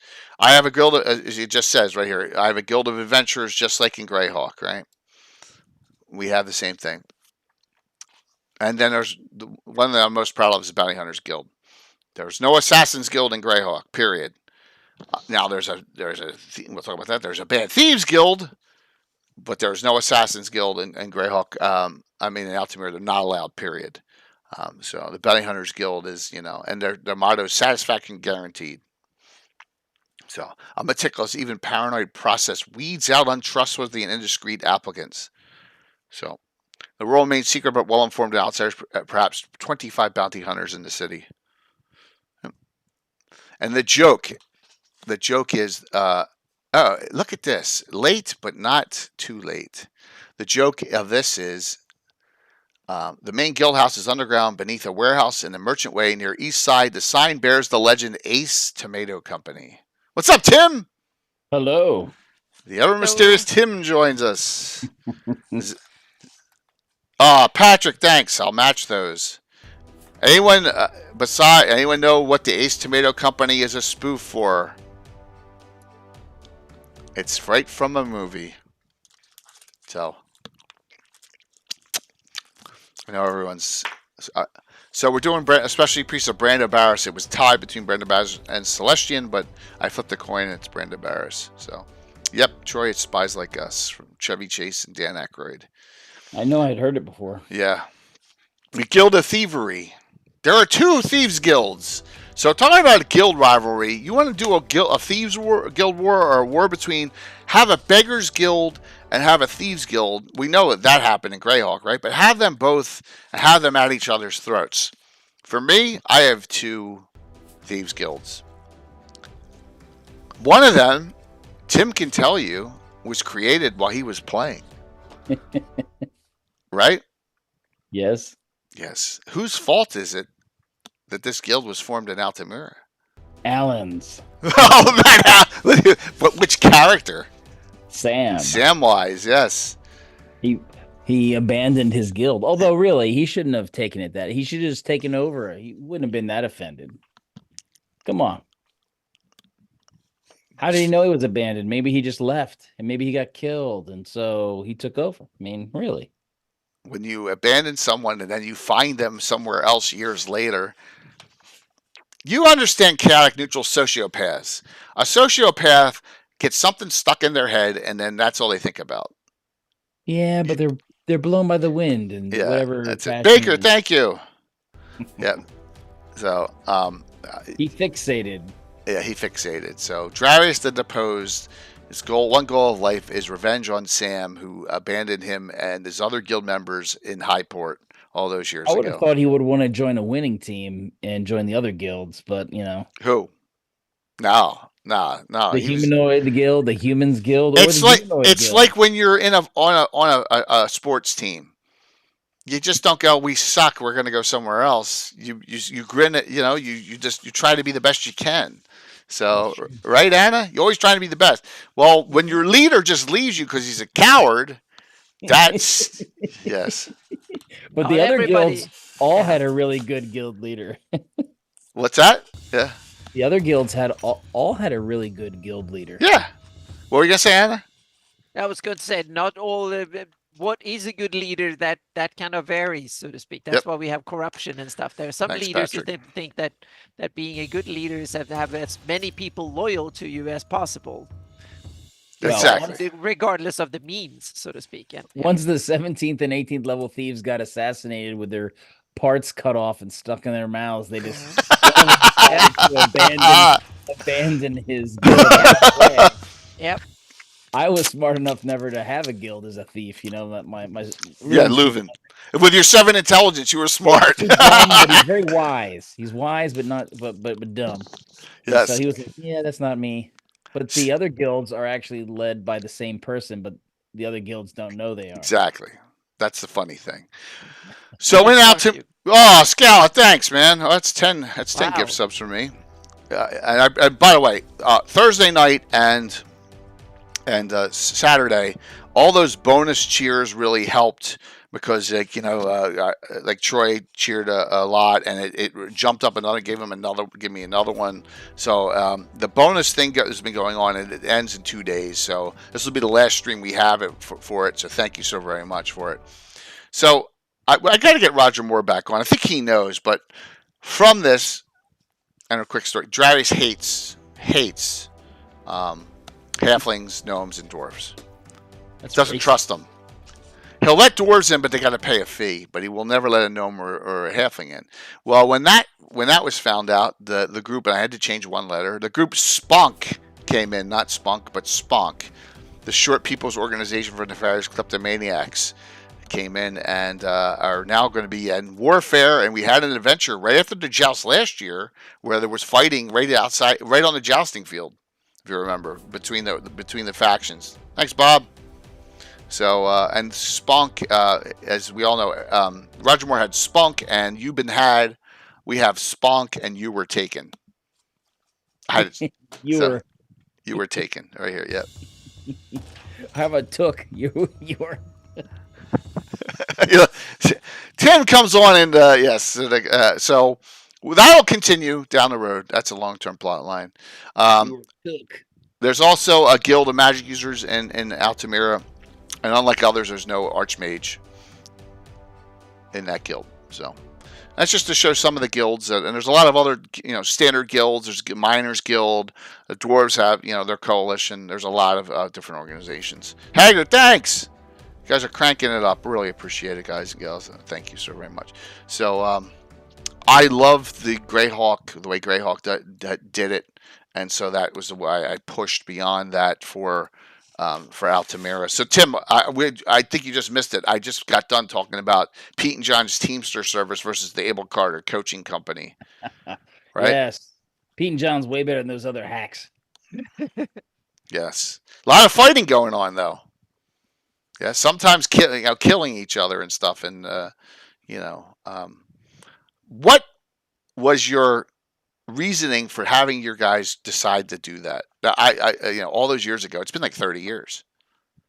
Decide, we're going to become, yes, because you were basically cloistered because you were all over the world, I guess. Right, because I didn't get to play him as often, but also I was a transportation officer. Oh, that's right, you were first.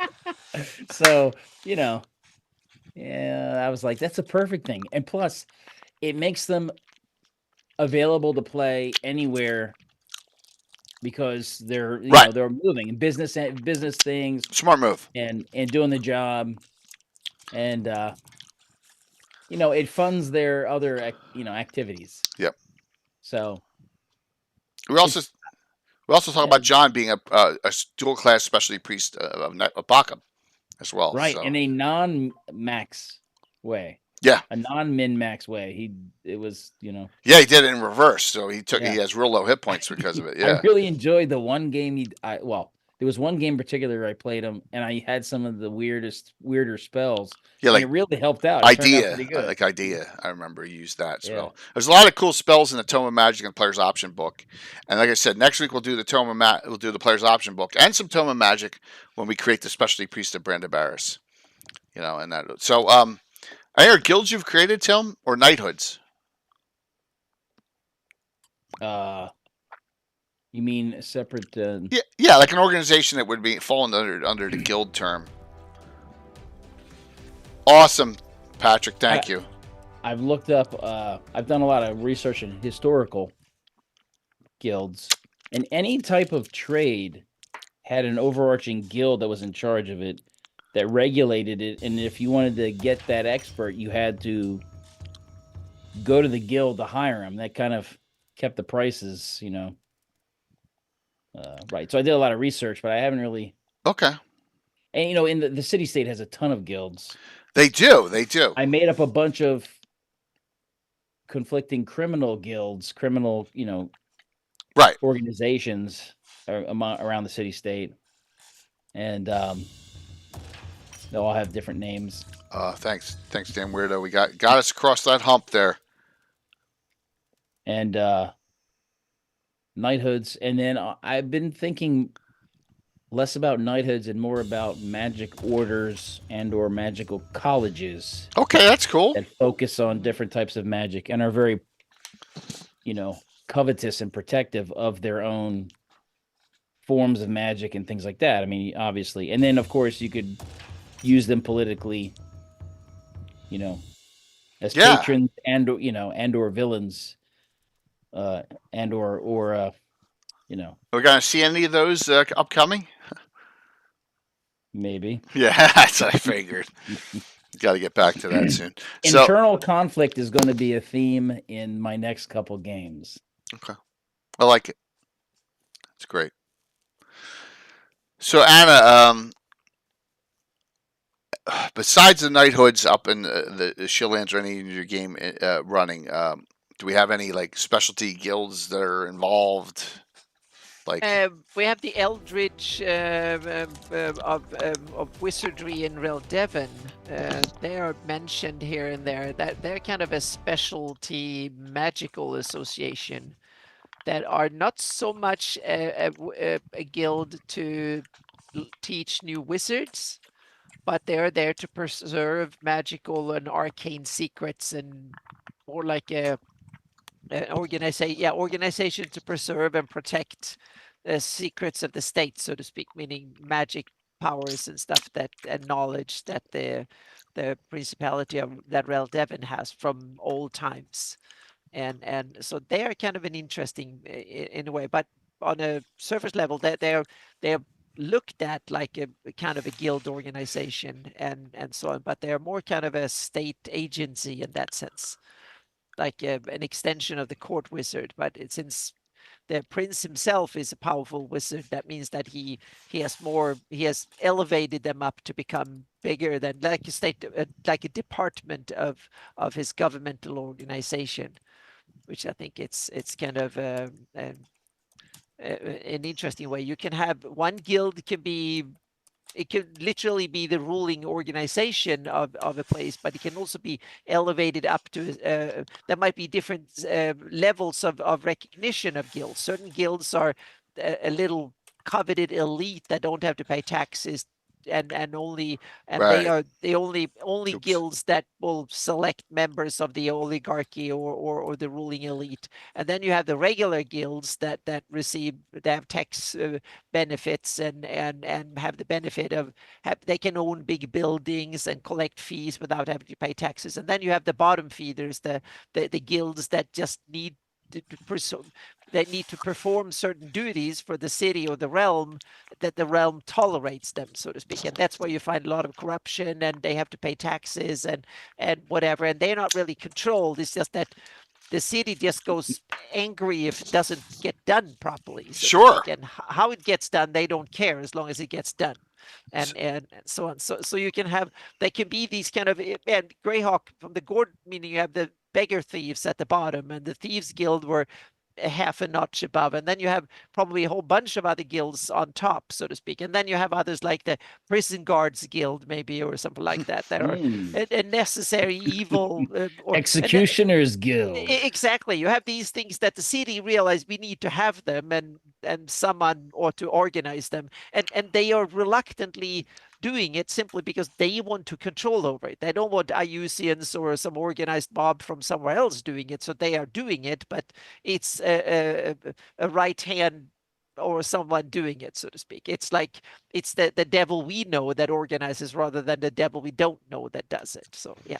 So they don't come. That guild doesn't come in rivalry with the Seekers or the Silent Ones. It sounds like I guess they're too far away. Oh yeah, in Rel Devon, they are very introverted. They're not out seeking information in the rest of the world. Okay. They're guarding what they have, so Yeah. to speak, making sure that it's not gets stolen. Okay. And the interesting thing, no one knows exactly what they're guarding. It might be a way for Carven to see who's out for him, so to speak, like a honeypot. It's like in the cyber era, we have a server here has all the secrets, and they kind of, and it's a way of luring to see who comes and try and steal the secrets, and then you get to see who your enemies really are. So that's another way, meaning things don't necessarily have to be what they are supposed to be. There might be an opposite end. You start something, Right. and not because it's there to protect something. It's there to attract the ire of the enemy, so you can figure out who your enemy is. You might assign someone the wonderful title of court wizard or whatever, or chief spy master or something, and that is some character who gets that nefarious like title, whatever, so the ruler can see who's going to backstab you and figure out. So you're the fall guy, so to speak. So or something, you get a fancy title and a huge mission. You're the czar of whatever or something, and then all your duty is to take the stab in the back so the king can figure out who his enemy is, like That's a bodyguards great or whatever. idea. Yeah, meaning there are, you can twist these things one way or the other, so to speak. Your mission is to go and guard the state secret somewhere else, and there are no real secrets there. It's just for the king to figure out who's going to chase you. So a way of steering the eyes away somewhere else. And you think you are doing the most important mission ever, but what you're doing is just a honeypot for all the Foil food tester. That's funny, Blue Yeah. Joy. Yep. So, Yep. but in your city Just state, getting rid of the pirates. yes, Yeah. it's your city state, Tim. There's some people Yeah. you don't cross because if you Yeah. do, she's gonna next time lose it because she's been Yeah. crossed enough lately. Mhm. Once you get just like the ex leader of the fleet, Yep. he was dead before I even got there. Mhm. Right? Well, you could have banished him. No, I could have, but I was just she was in the mood. Sometimes someone needs to be made an example of. Yeah, well, he had screwed up too many times, and the That's right. Overlord didn't want to be bothered with a legal case. Exactly. So Usually, it's a legal case, but since there was an operation currently going on, it just had to be taken care of. that's a fun game. Always has been. You know, it's good for. I love to play sometimes. All right. So as sure was reminding me of in the city state, they have the Litigation Tricksters Guild. Oh, Basically, you're lawyers. Mm-hmm. You know that a city like GREYHAWK would be filled with a bunch of lawyers making things just terrible. And they will demand that the city becomes more stringent in its implementation and follow the rules and stuff like that. They don't want they want corruption to some degree, but they so they get cases and stuff. Yeah, but they also a little want bit. the law to be implemented and there and stuff like that. So a little bit of corruption is probably good for the business, but too much is not good at all, because that Oh means my that gosh. they don't mean anything. So they need to have two teeth, and there should be some organization, but not overly much, so to speak. Yeah, The closer to a civilization the city is, the more lawyers there'll be, because even the people in power have to at least fight to be legal. You know, they have to stay within the lines. And the power need to be distributed among many entities, so they need to negotiate about things without killing each other. That's when the lawyers can thrive the most. It's really fun though if the party members get charged and go to court. There's a whole mechanic behind how they do it. Who's the judge? How do they go ahead and bribe the judge and the guards. And it might fun. also be that you can also see to be a lawyer in some place can be a huge status and a good source of income. In other places, it might be that your neck is on the line. If you, over King nail axes, for instance, if you dare to take on the client that the over king don't like, and you go and he might simply decide to kill you too, just because you're offending him and stuff. So it might be very lucrative in some sense, because if you can save that client, he will owe you or a ton of money and so on. But you might risk your life or your neck very quickly if you say the wrong thing or insult the overking or something. So yeah. So what about this fear? FEAR. Tim. Dale's like, do you use fear? FEAR in your city state? Do you know that group? Where's that group from, Dale? Fraternity for the Eradication of Armored Riffraff. Oh. Yes. It's just the That's an awesome one. The party's never qualified because either they've been wearing the type of armor, because really the only armored one that's really heavily armored is Dervilia or Kixano. Kixano's a fighter cleric mage. Poor man's and the rest Kazumba. of them have a thief class. So the rest of them are always not wearing heavy armor. So it kind of right, no one messes with Dervilia. And now that they have lands and all that, so they don't fall in the category of armored riffraff. Right. The Banneret Club is the one that I've used the most, and that's where the last commander was in the Banneret Club. The last commander of the fleet, the Southern Fleet that Dervilia fired. Yeah, well, yes, I permanently. Yeah, under orders. Under orders from the That's the thing. I'm just following orders. That works in city state. Because just following orders. Just following orders is fine if the overlord gives that to you, because no one is dumb enough to take him on, even my character. No, Dale, it's fun. I mean, talking about these other organizations, that people go, that is a great. I mean, think about this. The city state was made in what, 78? Something like that, 78, 79, 80? Early. And someone came up with a fraternity for the eradication of armored riffraff. Just like Roger Moore came up with Spunk. I mean, my gosh. I know it was in a joke. It was in their April Fool's. Who cares? I mean, it's freaking. We've used, Tim, how long have we used Spunk for? 40 years. A long time. Yeah, 40 years we've used it. The same article gave us ideas for the kobolds. Yes. Kobold Commandos show up in Baldur's Gate 1. They use them. They use them in the computer game. You actually had one adventure, not a fundraiser. 2 years with the with the half dragon person. Yeah, she had Kobold Commandos working for her. Yeah. I did. Aren't used car salesmen and lawyers one and the same? Oh my gosh, Bob! Don't say that to Curtis, man. Yes, So, what other questions do you have, or Anna or Tim? Other commentaries on Knighthoods or guilds as we wrap up here? I appreciate you hopping on. I know you're busy, Tim. So, I like how it's written up, and this is an interesting way to look at doing it. Not necessarily guilds, but in this case, temples, right? Which can be guild-like in how they're organized. In the city-state, the way they write it, where the high priest is not necessarily even a cleric. Yeah. So, like, being a cleric means you've been touched and you're able to pray and make these magical things happen. But the high priest could be a fighter. And he goes up and he does his thing. And, he administers all the aspects of the temple and everything else. But he's not necessarily a cleric. But he's still the high priest, so he has all the political pull, and I think that changes the flavor and the political nature of a temple.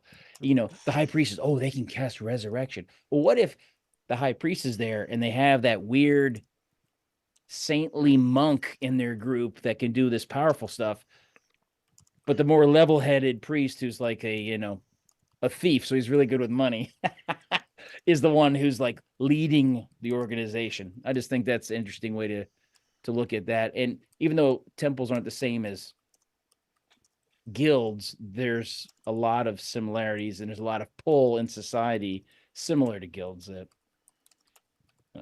No, that's cool, man. That's a cool thought. Yeah. Yeah, Dale said there's a high number of priest merchants in area lands. Yes, Zilch's temple sponsors many trading companies like a guild. I agree 100%. And I made the joke. Like- Not in Harby right now. They're still rebuilding after they were all burned alive in the temple when it burned to the ground. During the war with Alida, and they lost. The Zilchis. Michael Baton and the Zilchis priests came out on the losing side. Isn't that a shame? No, it's like no, it's not. And any thoughts?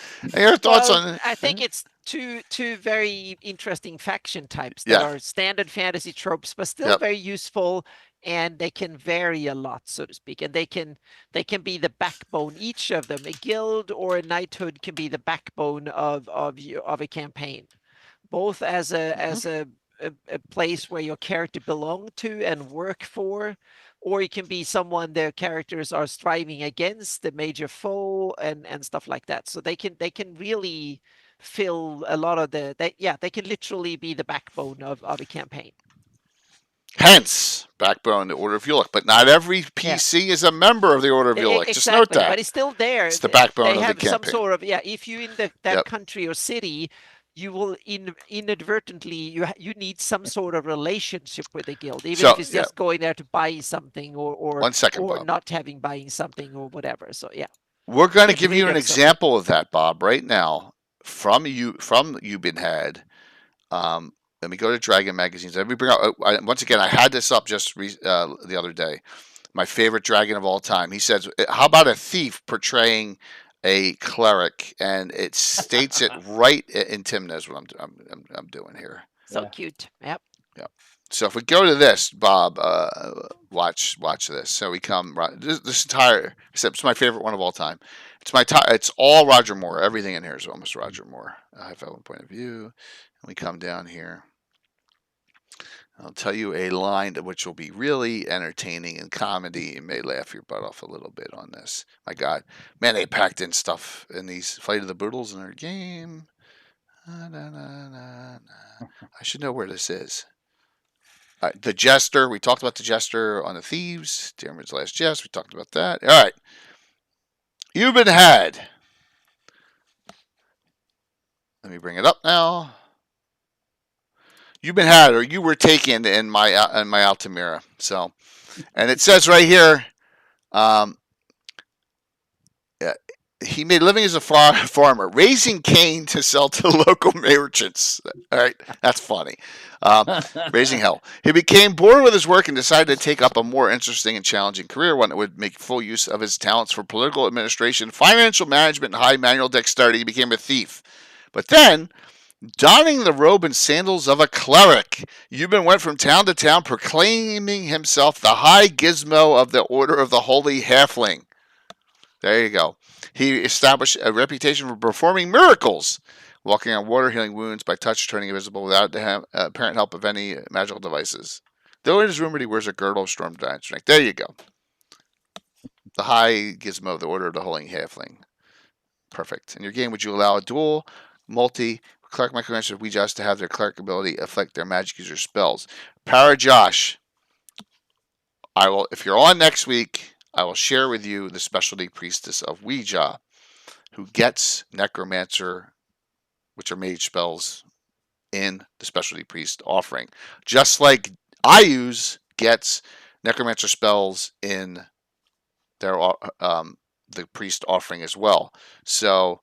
Okay, yeah, I'll show that to you next. They have the largest spell list possible. They have so many spheres, and they can cast up to 4th level necromancer spells. Some of them are like fireballs. One of them actually, which is in. I put it in because they use that to burn undead, right? So there are spells that priestess of Ouija get that are mage spells built into the class, and we'll go over that next week because next week is going to be all about specialty priests. It's going to be all about specialty priests. We're going to create, as we had the poll, it got tied with Celestian and Brandon Barris. We're going to do Brandon Barris on the coin flip. No problem. All good deal. Coin flip, we'll do that. And I'll do Celestian again in the future after that because I really want to have a Celestian. I don't believe I don't have one after 40 years, right, Tim? Celestian's a pretty good deity. So, yeah. We have Farland already, so we will create a specialty priest on live next week from scratch. I may have some stuff like it's like cooking. I may have some of the parts done a little bit, just doing it. But I'm going to show you how I do it from scratch on next week, and we'll talk about that. So, What are you doing? Tim, what's going on, man? I'll do some shout outs, Tim and Anna. So, what's going on? What do you got cooking? Are you ready for Virtual GreyHawk? Yes, that's the big. I know. I got to get up at 6 o'clock in the morning for a 7 o'clock stream on Saturday. You're welcome. Yeah. Yes. Tim, can Hager get a shout out? Yeah. Sorry about that, Dale. Where you heading, man? Is there a con? Are you on the road for vacation or? Yep. So Parajosh next week, definitely. I'll show you all about it. So. Oh yeah, Bobo's a virtual GreyHawk on 5. Yeah. Here you go. Yep. Still sign up. There's still events. Yep. Hold on.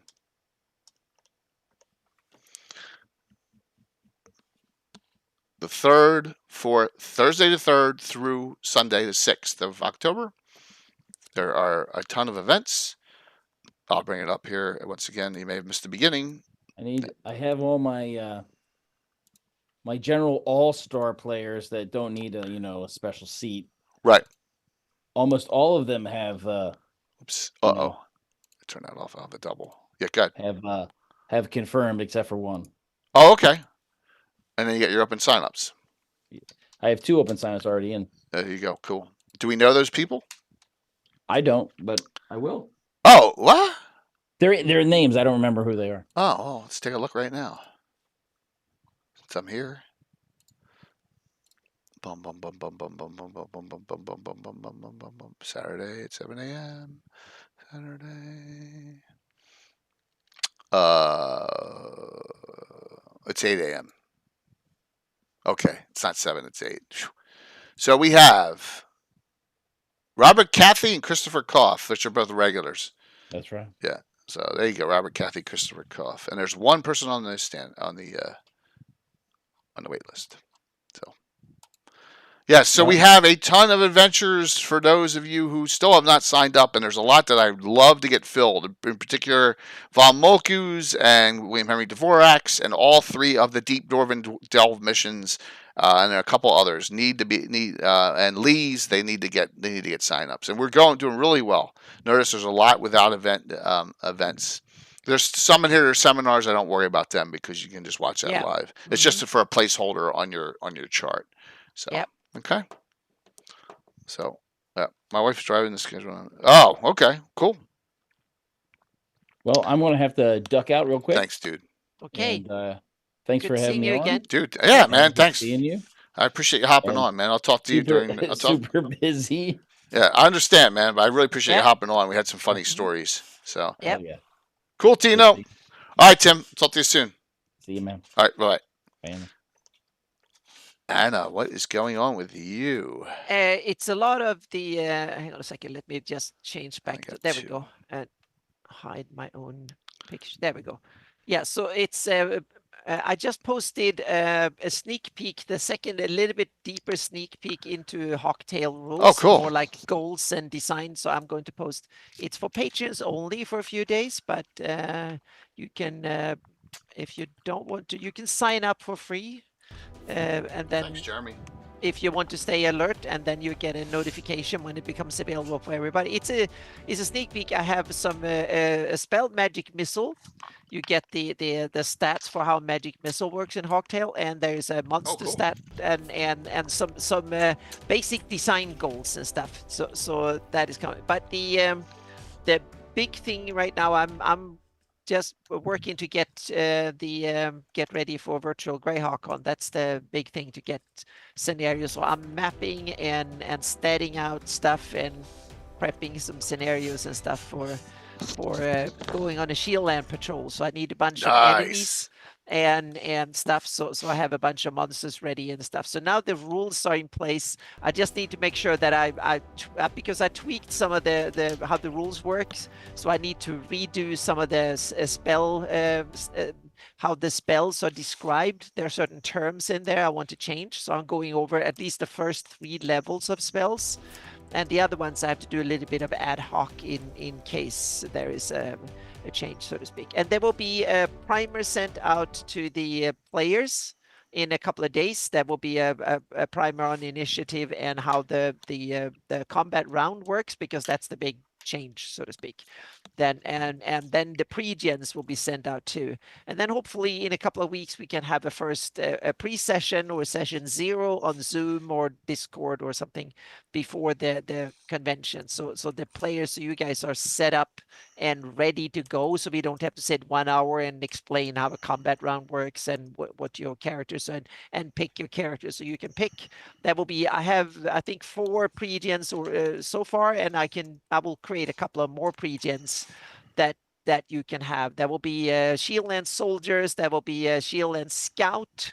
That's kind of a, yeah, you can. Oh, nice. And then there will be a wizard type and a war priest. And that will be like a cleric with reasonable fighting abilities. I'm going to boost them a little bit, making them a little bit tougher.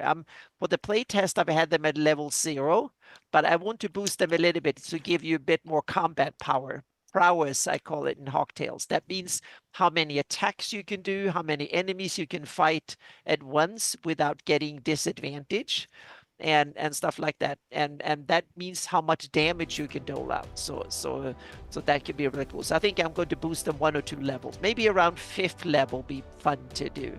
So at least boost them a little bit there, so we can have a little bit of more fight. There will be goblins, there will be various Iusians, there will be some nasty surprises and stuff on the scenario, so it will be some fun too, and there will be some help on the way too. So and we will have to test the death rules too. That will be interesting to see how you like the death rules, because inevitably there will be some casualties in this game. Good. So we'll test. So that is the. I hope I put. I put the link in there. So there will be more posts on. I will post to all my patrons. Will get the combat round and how that works too. And then there will be some sneak previews on the new set of GREYHAWK maps, new standard. Hopefully coming out by the end of the week. I will use the Woolworth Isle, and then leading up to the full Shieldlands map that is coming together. Nice. Really nice. Yeah, the whole Shieldlands in 150 feet per pixel, and it's starting to look good. So I'm really stoked that for finally there is like real progress made on setting a new standard that I can map. So there will be some of that stuff coming up for the seminar, but I'm going to offer some sneak peeks and coming in the next 2 weeks.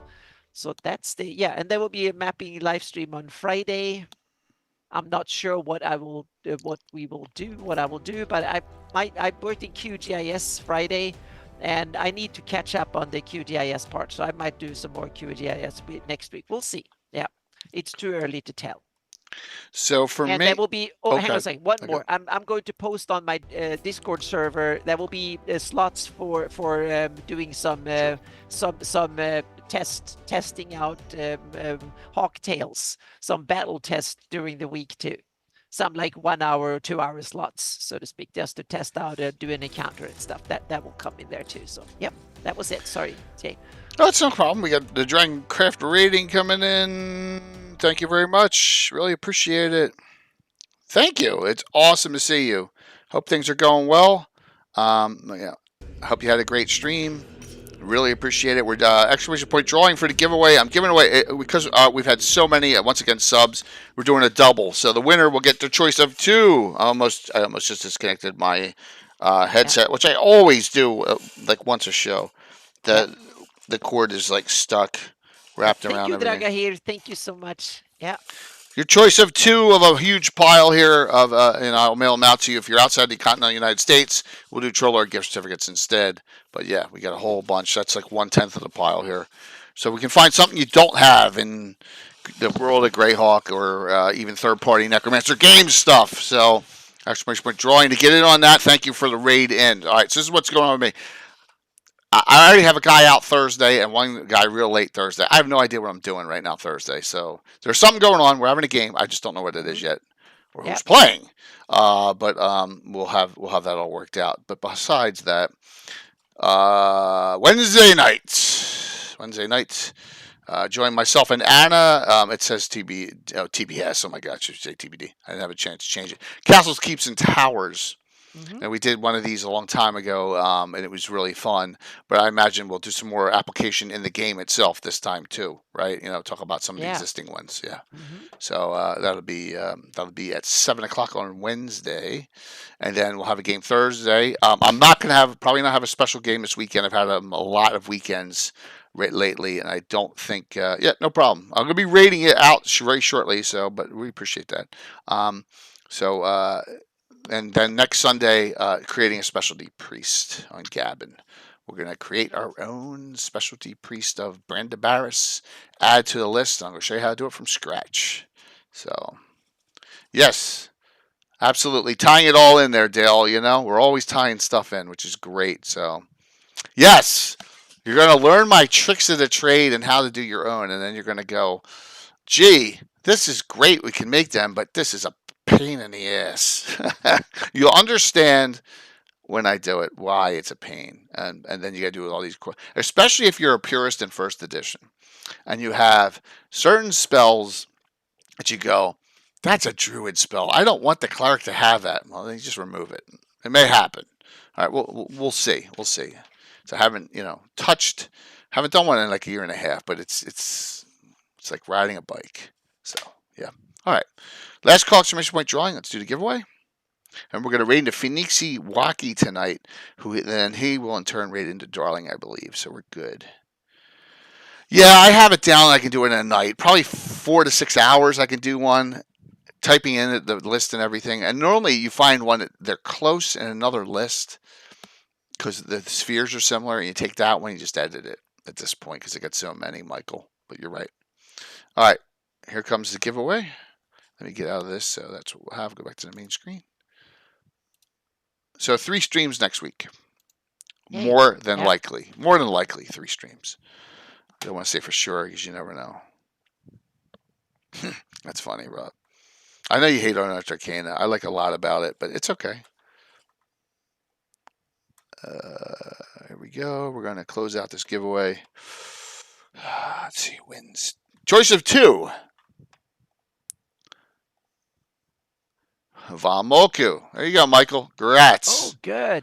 Grats on the win. Yep. Just get with me, and then we'll decide. We'll just decide what we have, what you want here.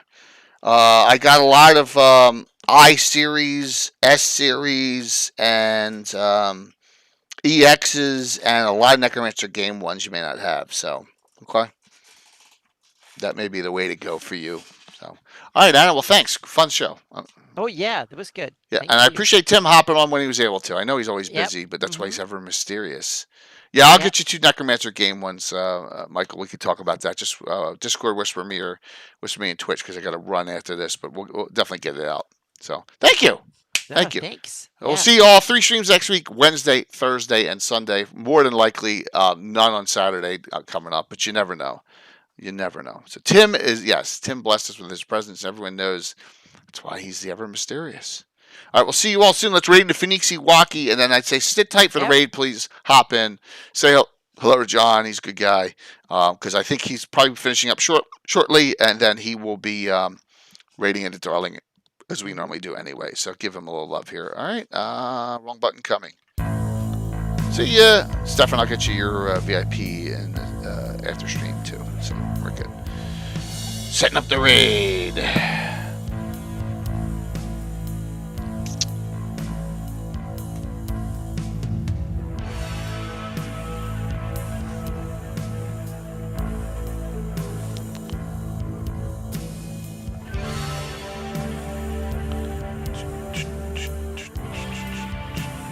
Okay. Nice numbers. Awesome. 5, 4, 3, 2, 1. We'll see you on Wednesday night. Everyone enjoy their weekend. 85, nice number going in. Yeah.